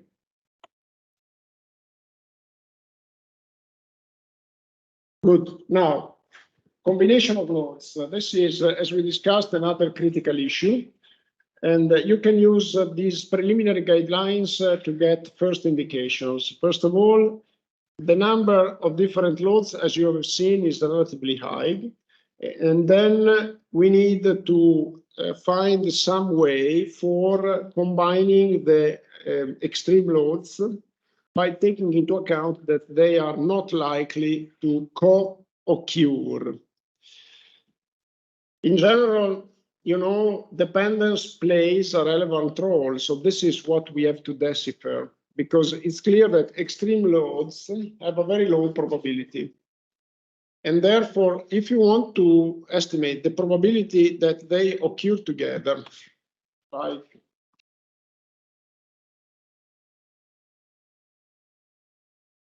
you have two extreme loads, A and B. You have the two probabilities that they occur. What is probability? Probability is a measure of likelihood. And generally, for a discrete event, like what is the probability of A occurring, we express it with a number between 0 and 1. Well, 0 is associated to impossibility. 1 is associated to certainty. So when we say A can occur with a probability of 1, we mean the meaning is A will occur for sure. When we say A has 0 probability, we mean it's impossible. When we toss a coin, we say that the probability of an head is 0.5. Of course, it's 50%. How do we determine it? We can determine it in 2 ways. First, by intuition. It's obvious. There are only 2 possibilities when I toss a coin. If we exclude that the coin stands on the side, there are only 2 possibilities. And this possibility, we understand they have equal probability. We don't have any reason to suppose that the head is more likely to occur than the tail. And so we say probability 50-50, because we say that certainty is one. Certainty is one. We are certain that either one of the two occur. So we are certain that the sum of the two probability is 100%, probability of head and probability of tail. They split in two equal parts, and therefore it's 50-50. And this is a way of estimating probability. And this is called Bayesian estimation. And there is written somewhere here. So what I'm saying is written in my tutorials, in my notes. And this is called Bayesian estimation. It means that you estimate by intuition. And this is the way sometimes, sorry, I forgot to switch the phone off. This is, 1 second, I need to reply to this. Ciao Mauro, sto facendo lezione, ti posso richiamare? Perfetto, grazie, ciao ciao, più tardi.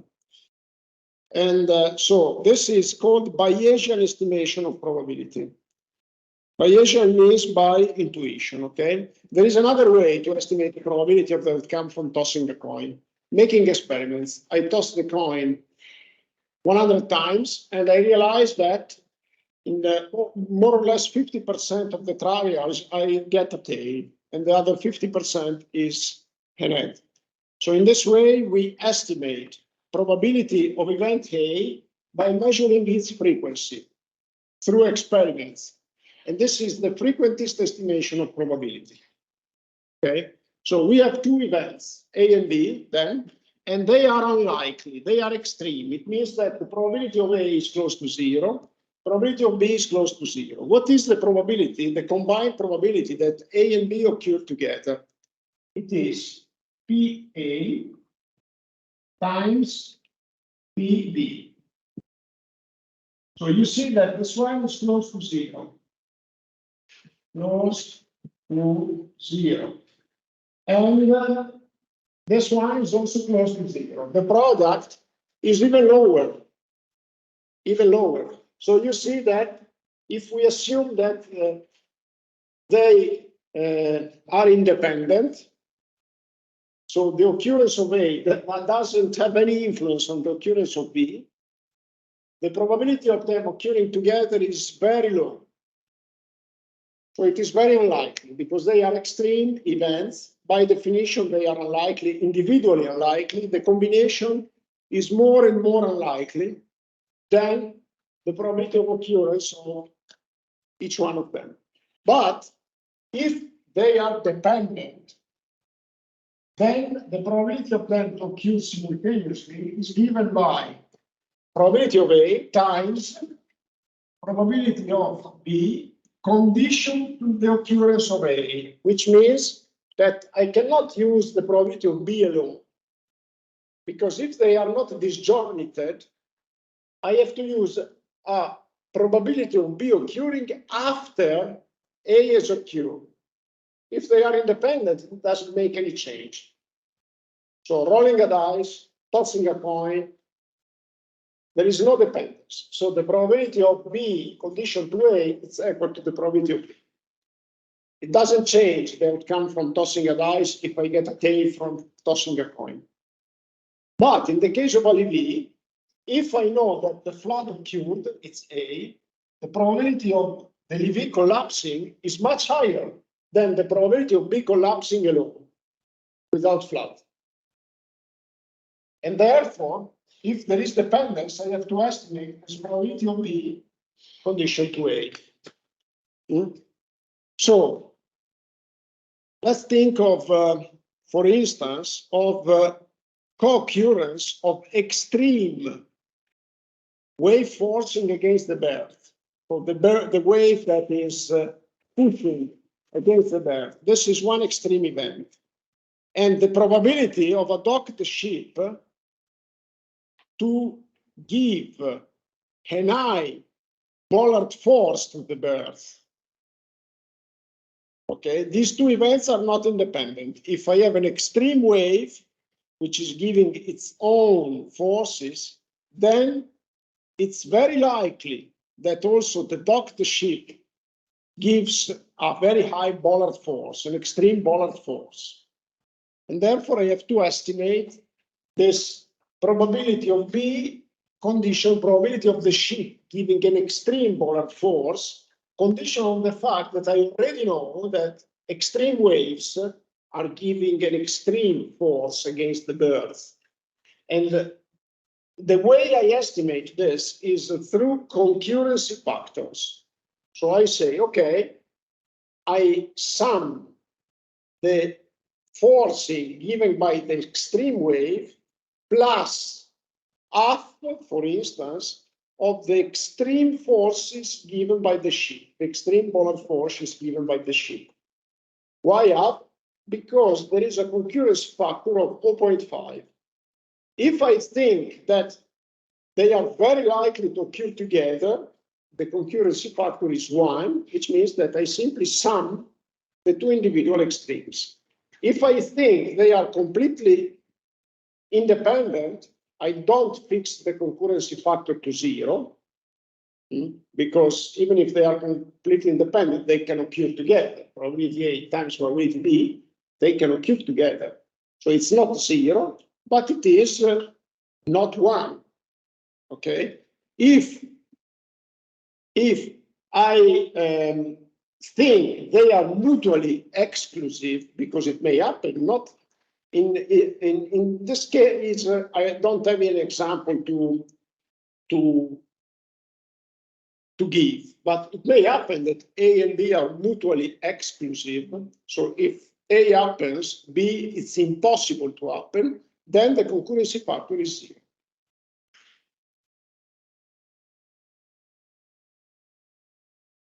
Concurrency factors are used for sizing several structures, engineering structures, not only for sizing berths, of course, even for buildings.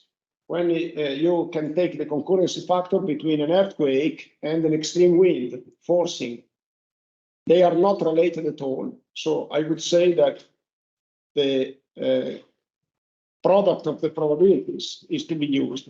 Probability of extreme wind times probability of an earthquake. So the seismic load is considered an accidental load, a leave load when designing berths. And so some guidelines. Although the number of different loads is relatively high, of course, we cannot assume that they occur at the same time.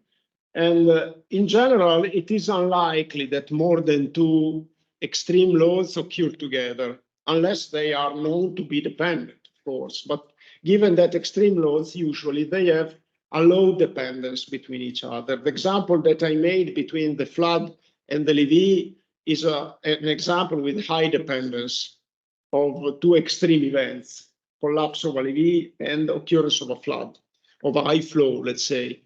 And but usually the extreme loads are not much dependent. The example that I made of the earthquake and wind forces is significant. They are not related. And I may make also the example of extreme snowfall. You know that there is a snow load on buildings, also on berths, and extreme wind. They are not very dependent. Okay, there is a relation through the weather. When it is snowy, it may also be windy, but it is unlikely that you get a very extreme snow and a very extreme wind. It's very unlikely. Or the likelihood of getting for a building an extreme snow and an earthquake, they are completely independent to me. Sometimes people say, you know, there is in the occurrence of extremes, there might be some unknown relationships. So some people say you cannot exclude that an extreme climate situation is disjointed by the probability of an earthquake, because there might be some relationship, like a fracture, a situation where in the Earth's interior you have a fault that is close to collapsing, and then you get an extreme weather event with maybe thunderstorms creating vibration, and this can cause the rupture of the fault, the final rupture of the fault, but it is very unlikely. Okay. Okay. Now let's. I didn't give you any example of concurrency factor in practice so far. Okay. Just be aware that for extreme loads you have to use them, and for now, just be aware that for extreme loads we have to use them, and that they can be estimated through probability of the extreme loads. Just a short parenthesis. I started talking of probability. Remember that when we talk about offshore engineering, probability is essential. I think you have already had an introduction to probability somewhere in some of your bachelor studies, or maybe also, I don't know your study plan in detail, also because you have different CV. Maybe also during your master, you are having an introduction to probability. Probability is generally hated by students. And also when I was a student, I really didn't like it, because it is associated to some kind of formalism that is very heavy, very formal assumptions, formal math and symbology, and a very complex mathematical treatment. Actually, probability is nothing than experience, interpretation of our experience, rigorous interpretation of experiments. It's really, I discovered later after my studies that it's really fascinating, because it is intimately related to the interpretation of environmental forcing. So can you imagine of estimating, for instance, wave loads originated by waves, wave regime without probability? It is something that you can only describe in probabilistic terms. Or rainfall, the chance of getting a storm, it can be estimated only in probabilistic terms. And actually, when you look at the practical use of probability, it is really interesting. The theory is heavy, yes, and it's boring, but the practical use of probability is really interesting. Okay, now another interesting thing that we need to discuss, the design life. What is the design life? It's the expected duration of the service of what you are projecting, what you are sizing. A berth, we are talking of berths. What is the expected duration of the service of a berth? How long the berth is supposed to be operational? It is extremely important for an engineer to refer to a design life, because every structure, any structure, is designed for a duration, is projected for a duration of service. And they are not eternal, but they need to be efficient for the duration of their expected service. They are, of course, not eternal. Even if you think of huge infrastructures like artificial reservoir, dams, they are projected for a duration, an expected duration of maybe a range of 100 years, 200 years. So we are not expecting that a dam works for 500 years. And bridges, same thing. Of course, the longer the design life, the longer the robustness of the structure. So it's clear that if you design a bridge for lasting 10 years, then you don't feel really safe when walking over the bridge. And you would feel safer if the bridge is designed for a duration of 1,000 years, because you think, okay, if the expected duration of service is 1,000 years, it will not collapse when I am crossing it. If the expected duration of service is, in some cases, there are some temporary bridges, they are built with an expected duration of a season. And you can clearly recognize that the bridge is not really safe, because you realize that if a flood comes, the bridge is flushed away. So you think, okay, let's look around, how is the weather? I don't want to be there when a flood comes, which means that the shorter the expected life of service and the less the robustness of the structure, the solidity of the structure. So in some cases, even if the expected duration of service is short, like a bridge, we don't expect really a duration of 200 years. But we design it for an expected duration of 200 years, because we want to be very safe, because a bridge, you don't want cars falling into the river during a flood. So the result is that usually we have recommendations for the design life or law requirement, legislation requirements, and we have to be informed for them. Now, a general design rule is that for a berth, you take at least 50 years. And this is a general suggestion that is given. And usually, for berths that are used for commercial trading, for purposes where we suspect that there will be a dynamic evolution of the sector. In some cases, we take a shorter design life, like 30 years, especially for the part of the structure that are not related to risks that are caused to the human life. So, for instance, the fenders, I can take fenders with an expected duration of 10 years. If I think that the expected duration of service of a commercial port is 10 years, I take fenders with an expected duration of 10 years, because it's not a huge problem if a fender breaks. Okay. Maybe for the structure, instead, for the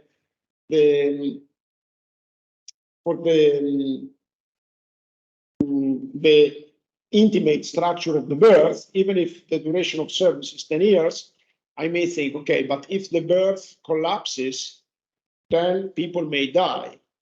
And therefore, even if the duration of service is 10 years, I may decide to size it for a longer duration. In general, when there is risk for the human life, we may be suggested, or if we are not suggested, we adopt longer design lives, because when there is a considerable risk to people, we want to make sure that the structure is solid. Okay, but when the risk is low, when the risk is only related, for instance, to economic damage, we may take the risk, because oversizing costs money. The risk is also an estimation of the money that I lose if something wrong happens. But if it's a monetary risk only, it's a money risk only, I can take it. And therefore, I can try to save money with undersizing, low design life, and I take the risk. With the human life, you have to be very careful. So a general rule suggests that for flood protection works, for instance, we tend to refer to design life of at least 100 years. So for a breakwater, for protections against floods, for fenders you can take 10 years, but for protections against floods, it's generally more than 100 years. And also you have to take into account that these structures that we are designing are exposed to erosion. And this means that the duration, the expected duration of the structure is shorter. Even the concrete, the iron that is inside the concrete it's exposed to high salinity, it's exposed to corrosion. So these structures usually are not expected to last for a long time. This is why for the berth, we take a design life of 50 years, less than for flood protections. Okay, so this is some rules of thumb. Here I give you rules of thumb. Breakwaters. You know what are breakwater? What is a breakwater, correct? Okay, it's a flood protection. It's a coastal flood protection defense. And let me just, because I see your faces, I just give you a couple of pictures. Breakwater. It's called frangiflutti in Italian. Just 1 second. Okay, so a nice figure, I think it is this one. This is the breakwater. And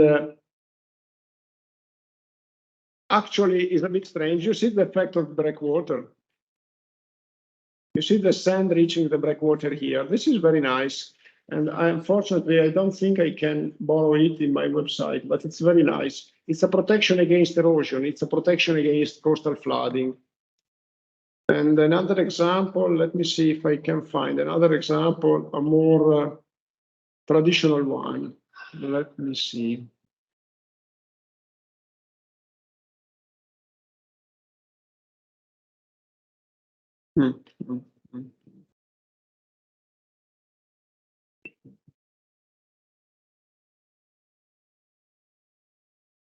Okay, this is interesting. This is a cross section of breakwater, and this is the coastal Vicky. The coastal Vicky is an interesting reference for you. I linked it in coastal engineering, and it's a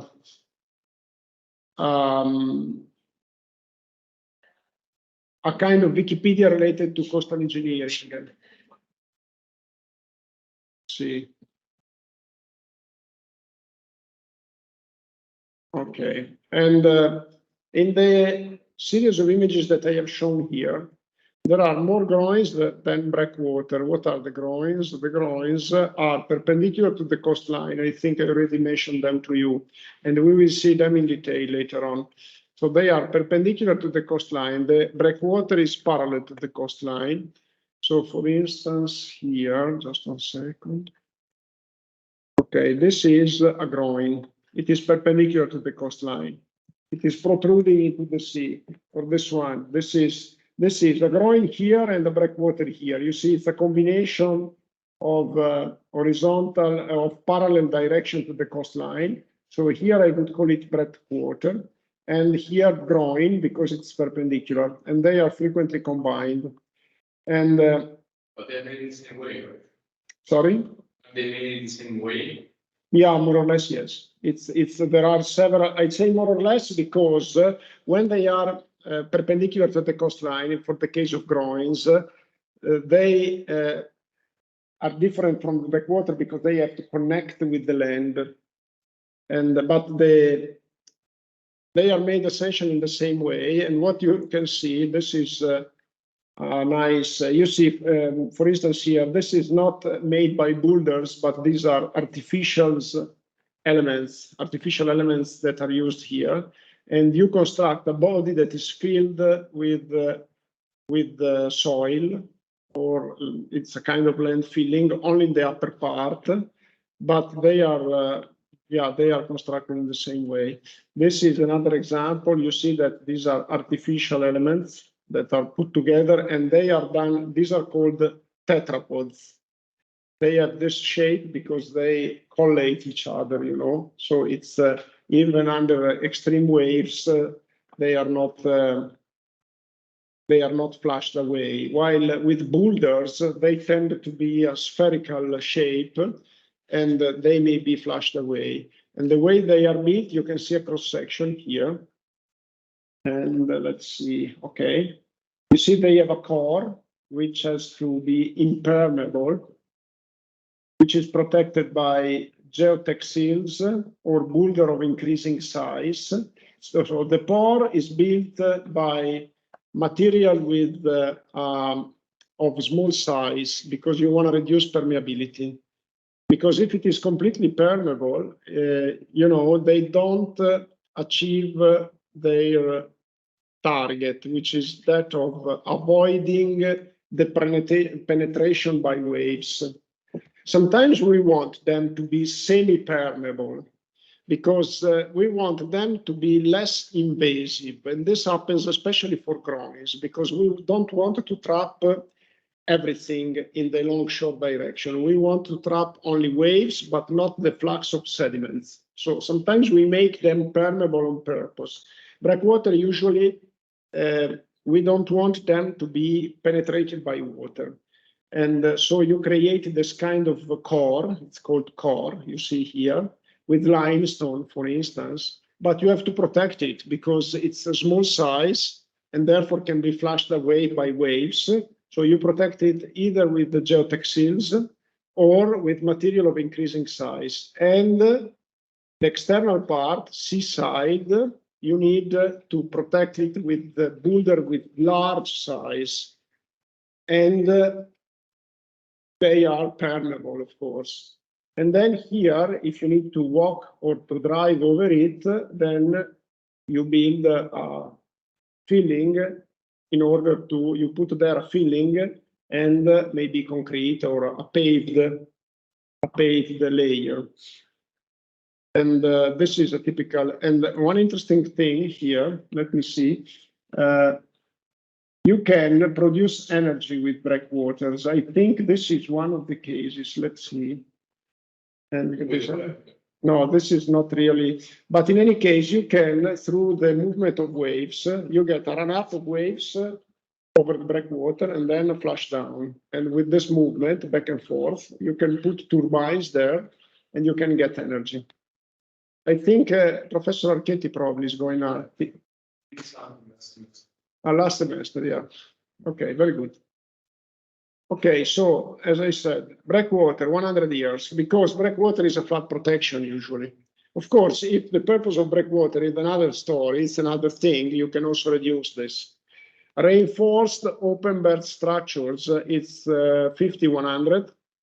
Steel sheet pile berth structure, it's 50 years, because usually it's a berth structure that is lower size, lower risk if there is something that goes wrong.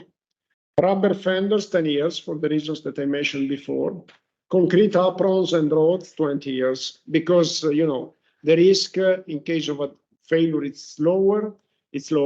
And of course, the roads we plan in any case, then the asphalt is used and is designed for a duration that is no more than 20 years.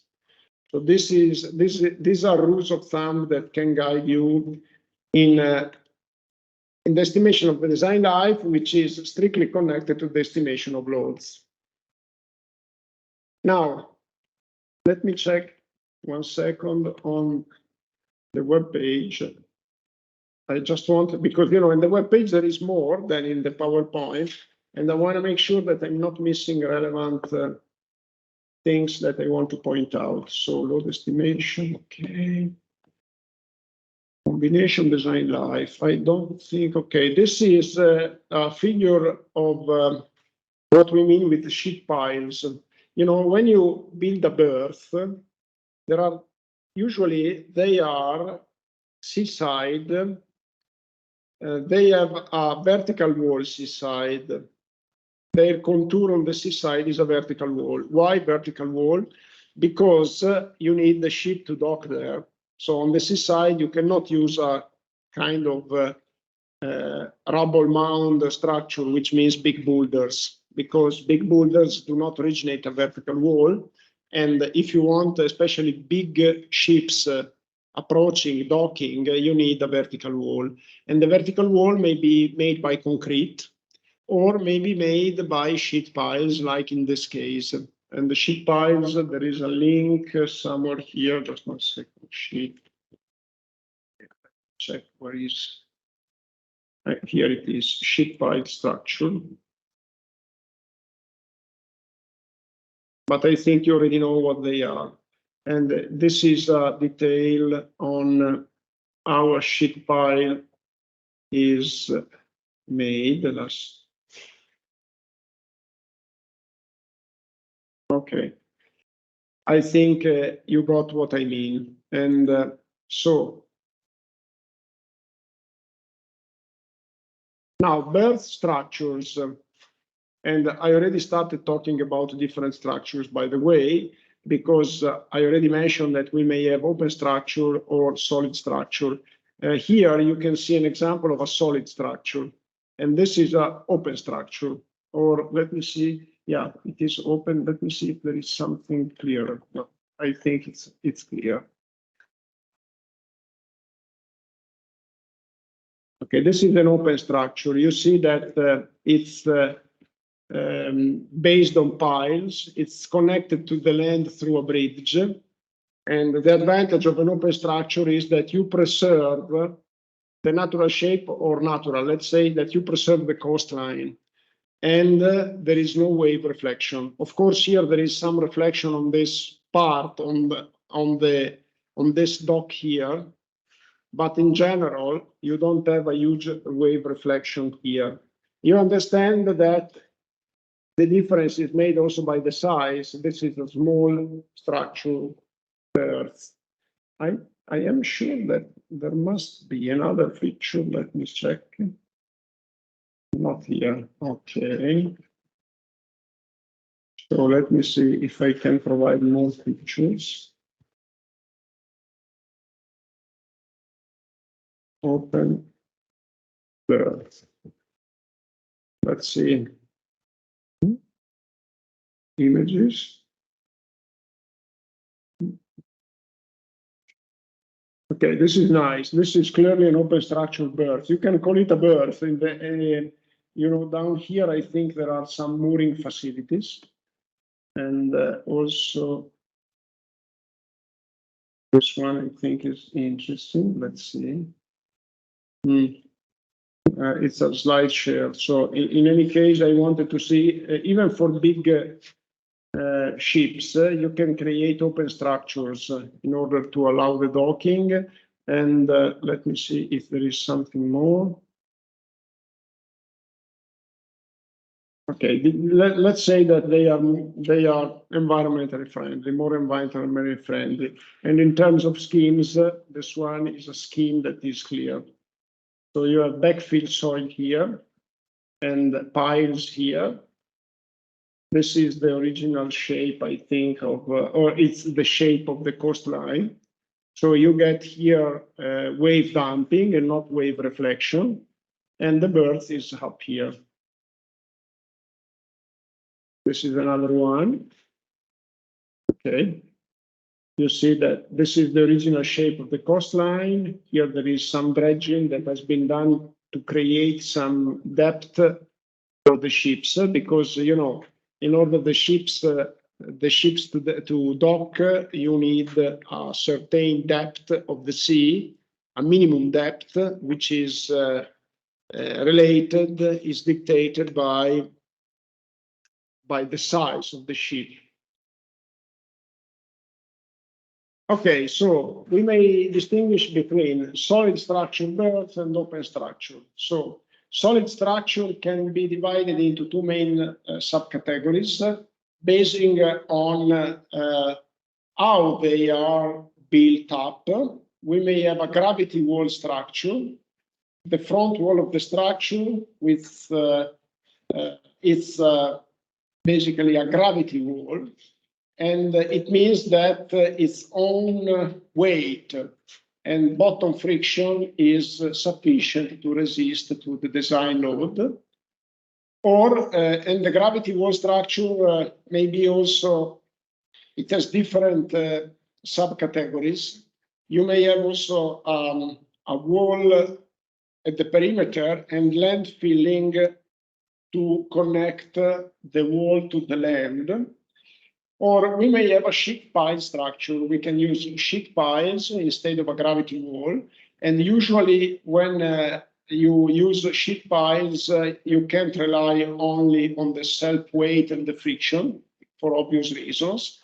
but you need to penetrate with the piles into the soil for a convenient depth in order to give the capacity to the sheet pile to carry the loads.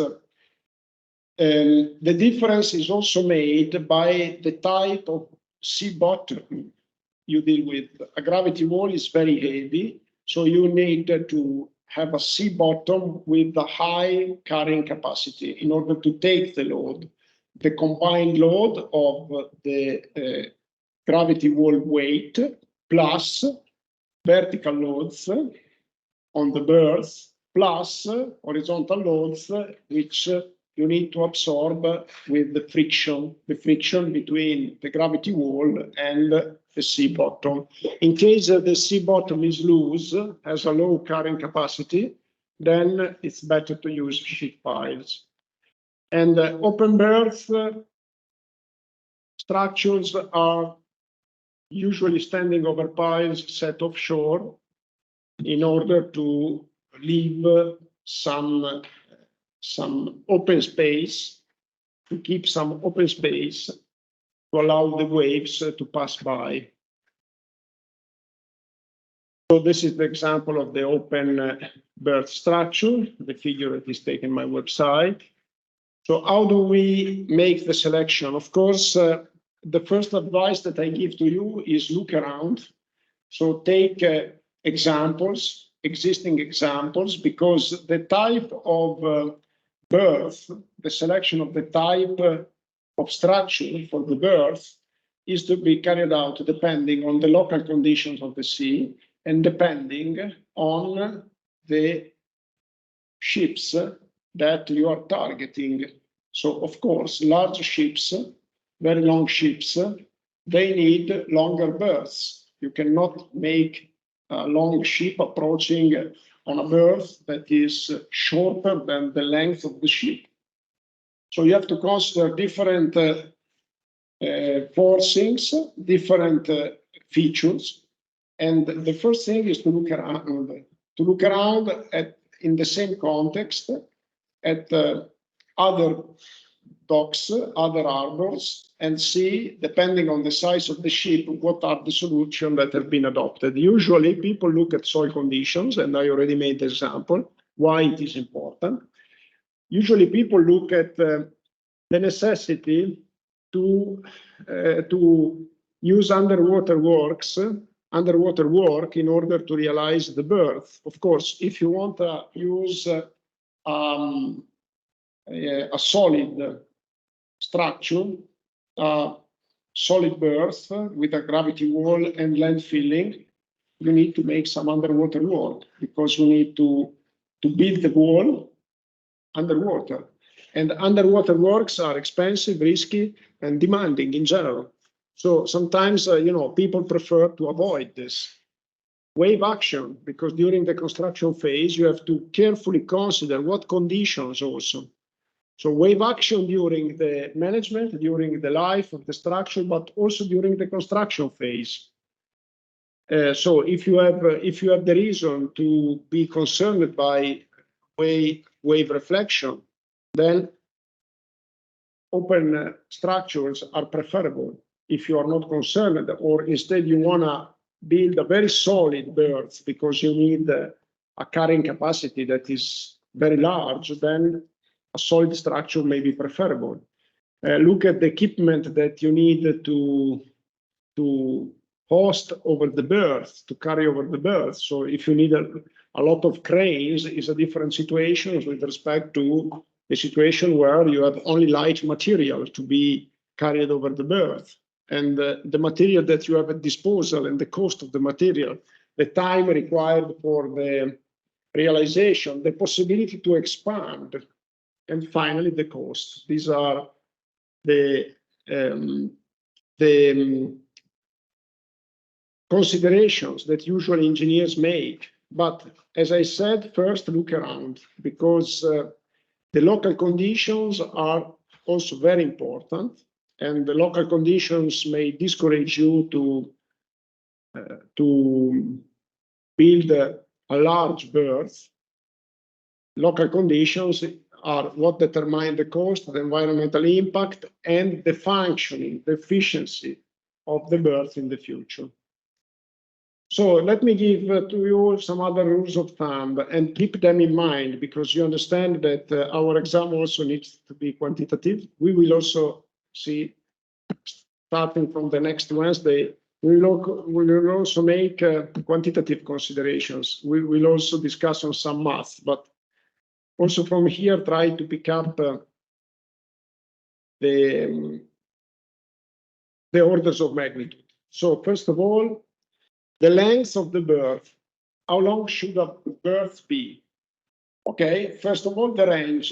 There are berths that are just 5 meters long, and for instance, for hosting a small boat in a marina. And there are berths that are hundreds of meters long. So large ships may require, the berth should be longer than the ship.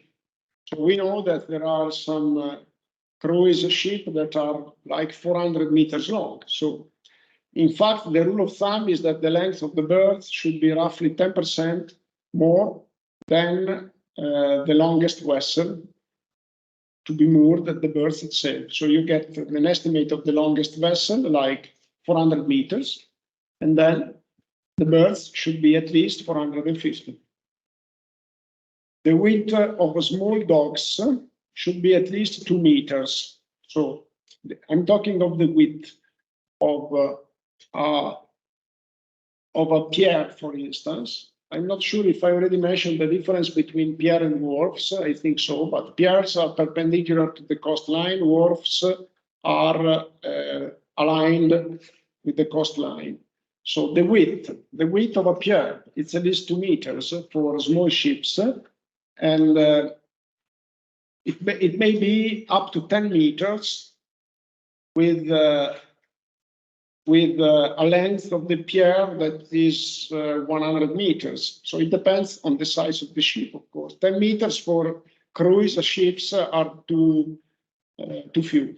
You have to get more than 10 meters. If you want a ship that is 400 meters long to approach a dock, the dock should be larger than 10 meters. It should be at least 15, 20. And if indeed here there is a rule to increase the width. The width should be increased to a minimum of 2.5 meters for ship length between 10 and 20, and dock length between 100 and 150. And the width should be minimum 3 meters for ship and width length exceeding the above limits. Of course, these indications are reported here.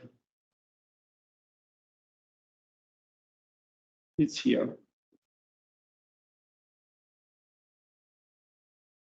Okay, so what about the rule of thumb of structural loads? Let's explore this link. I want to see if it's still active. Could be, yeah, structural load, okay. But let me go back here. Okay. So, first, when possible, another rule of thumb, the berth should be aligned with the dominant wind and dominant current. Why is this? Because think of a ship that is approaching a berth and think of wind that is perpendicular to the berth. And the wind force against a ship is huge. It's problematic for the ship to approach the berth. If the wind forces is aligned to the berth, this is fine, because the wind force is aligned with the direction of the ship. The ship, when approaching the berth, is moving aligned with the berth direction.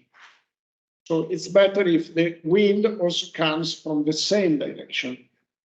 This is also true for cars. When you drive, you are not much disturbed by a wind running parallel to your, aligned with your main direction, as you are much disturbed when the wind is crossing your direction. You're much disturbed, and then you have to to be very careful. If the wind is aligned with your direction, it's not a big problem. And in terms of structural loads, some orders of magnitude, the rules of thumb again. Berths should be designed against a live vertical load of at least 4 kilonewton per square meter. And you know what it means. You had some, or you are having lectures on structural mechanics, and therefore you know what 4 kilonewton per square meter means. It's quite a huge pressure. Higher loads may result from detailed analysis. This is just a rule of thumb. And in terms of vertical positioning, this is also interesting, of the berth floor. So how high over the sea level should a berth floor be? So meaning, what is the suggested vertical difference in terms of altitude between mean sea level and floor? And it is recommended, of course, to make a specific assessment, because you have to study also the expected extreme wave height. You have to study the expected tide excursion. But usually it is there is a rule of thumb that says that at least 1 meter between mean sea level and the level of the berth's floor should be adopted. And 1 meter is very small. You know that usually the difference is larger than 1 meter. Of course, usually berths are located in a sheltered area. They are protected from extreme waves, but still we need to be careful, because of course otherwise you get the berth flooded. It happens. It may not be a disaster. I mean, depending on what is located over there, what is stored over there. In general, anyway, it's something to be avoided. Environmental impact, this is a huge issue. And because I already mentioned why to you, it is a huge issue. There are several concerns related to environmental impact. And indeed, these concerns are motivated when, if you look at an harbor, you don't feel like the water is clean. You wouldn't go to swim in an harbor. And not only because it's risky, because the movement of the ships, but just for the water quality. We know that when you go on a beach, when you get close to ports, people say, we are getting too close. And the reason is that you have release of pollutants from the boats, the boats itself, from the ships.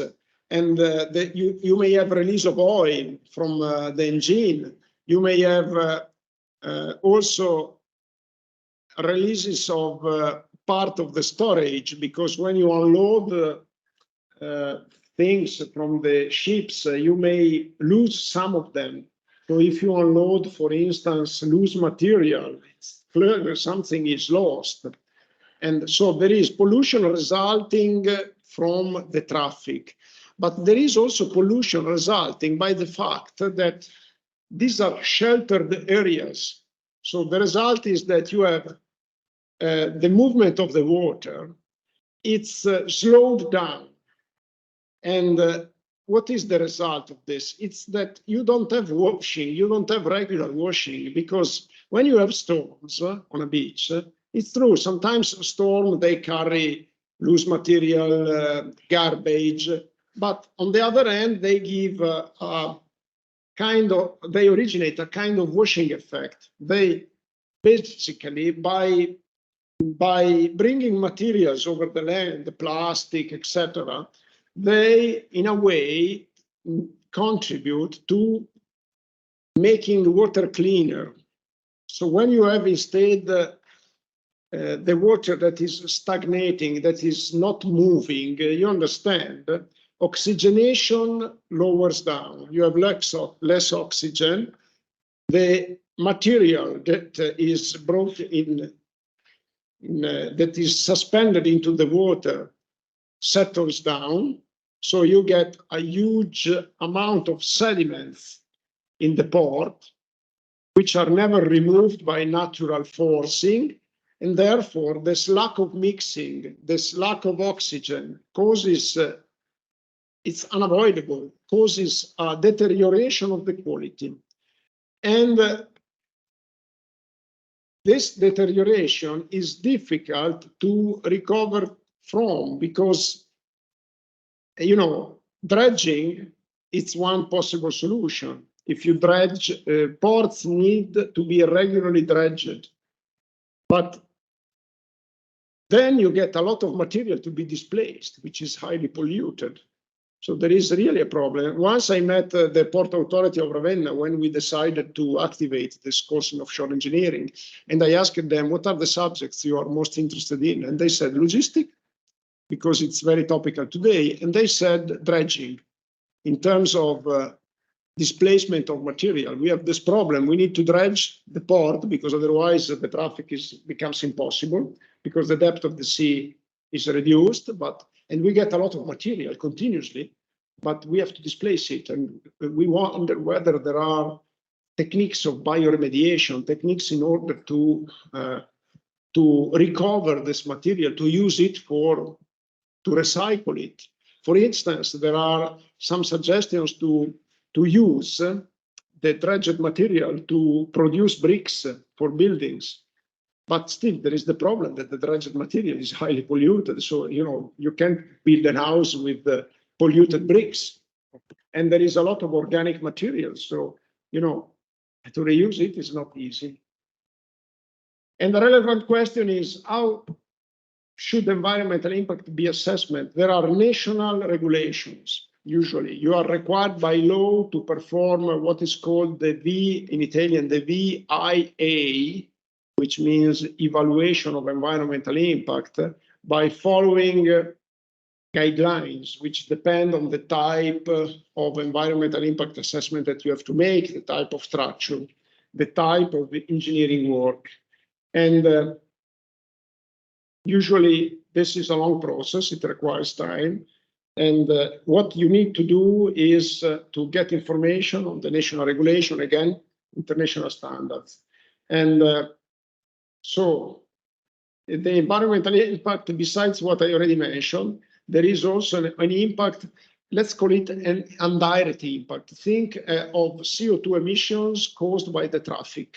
A port like the Port of Genoa is moving hundreds of trucks every day.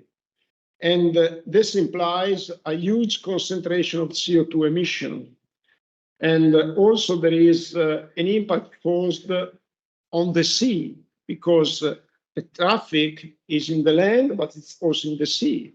So not only into the port, but also in the vicinity of the port and in the open sea, there is an impact. And land use change, because you have to build roads, just to give you an example. So the port is causing a profound transformation of the land, which implies land use change. We cannot say much more on that because the environmental impact assessment is very site-specific. It's interdisciplinary. You need to consult biologists. You need to consult experts in the living in fisheries, and it's really interdisciplinary. And you know, the European Union recently promoted an integrated maritime policy termed the blue growth. It's extremely popular. So there is a very, very large-scale interest, widespread interest in the sustainability of our growth.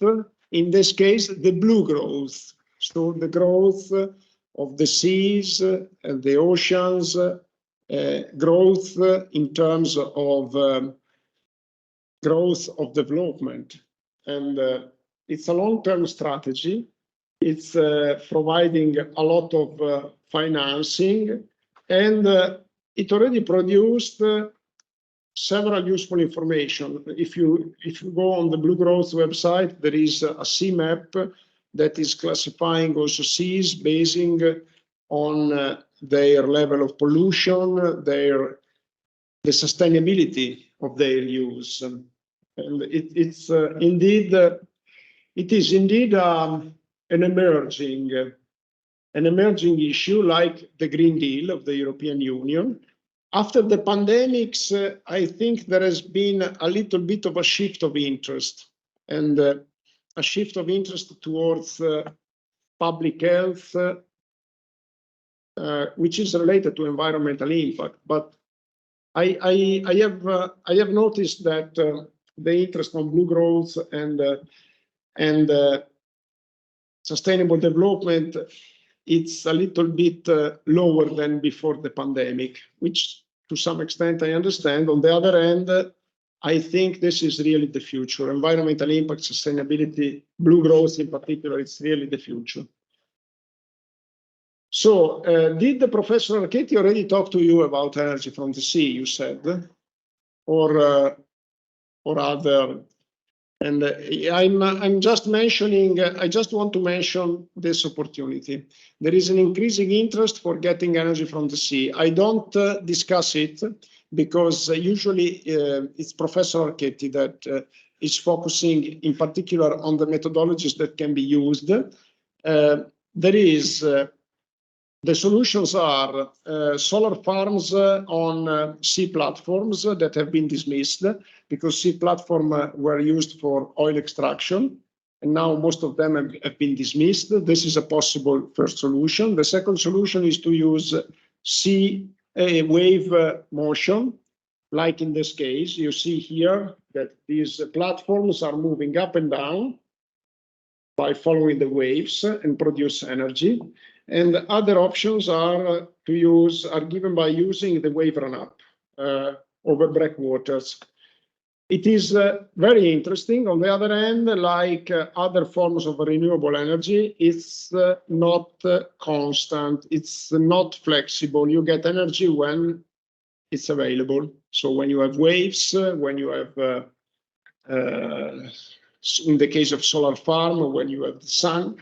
So it is interesting, but at the same time, it's a source of energy that cannot be used alone. It should be integrated with other forms of energy production that are flexible so that you can fill the gaps that are related to the use of these kind of renewable resources. Okay, I think I can stop here, and then I will say a few words on the contaminated muds next time.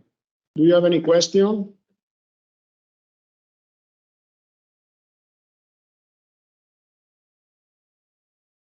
Let me stop the recording.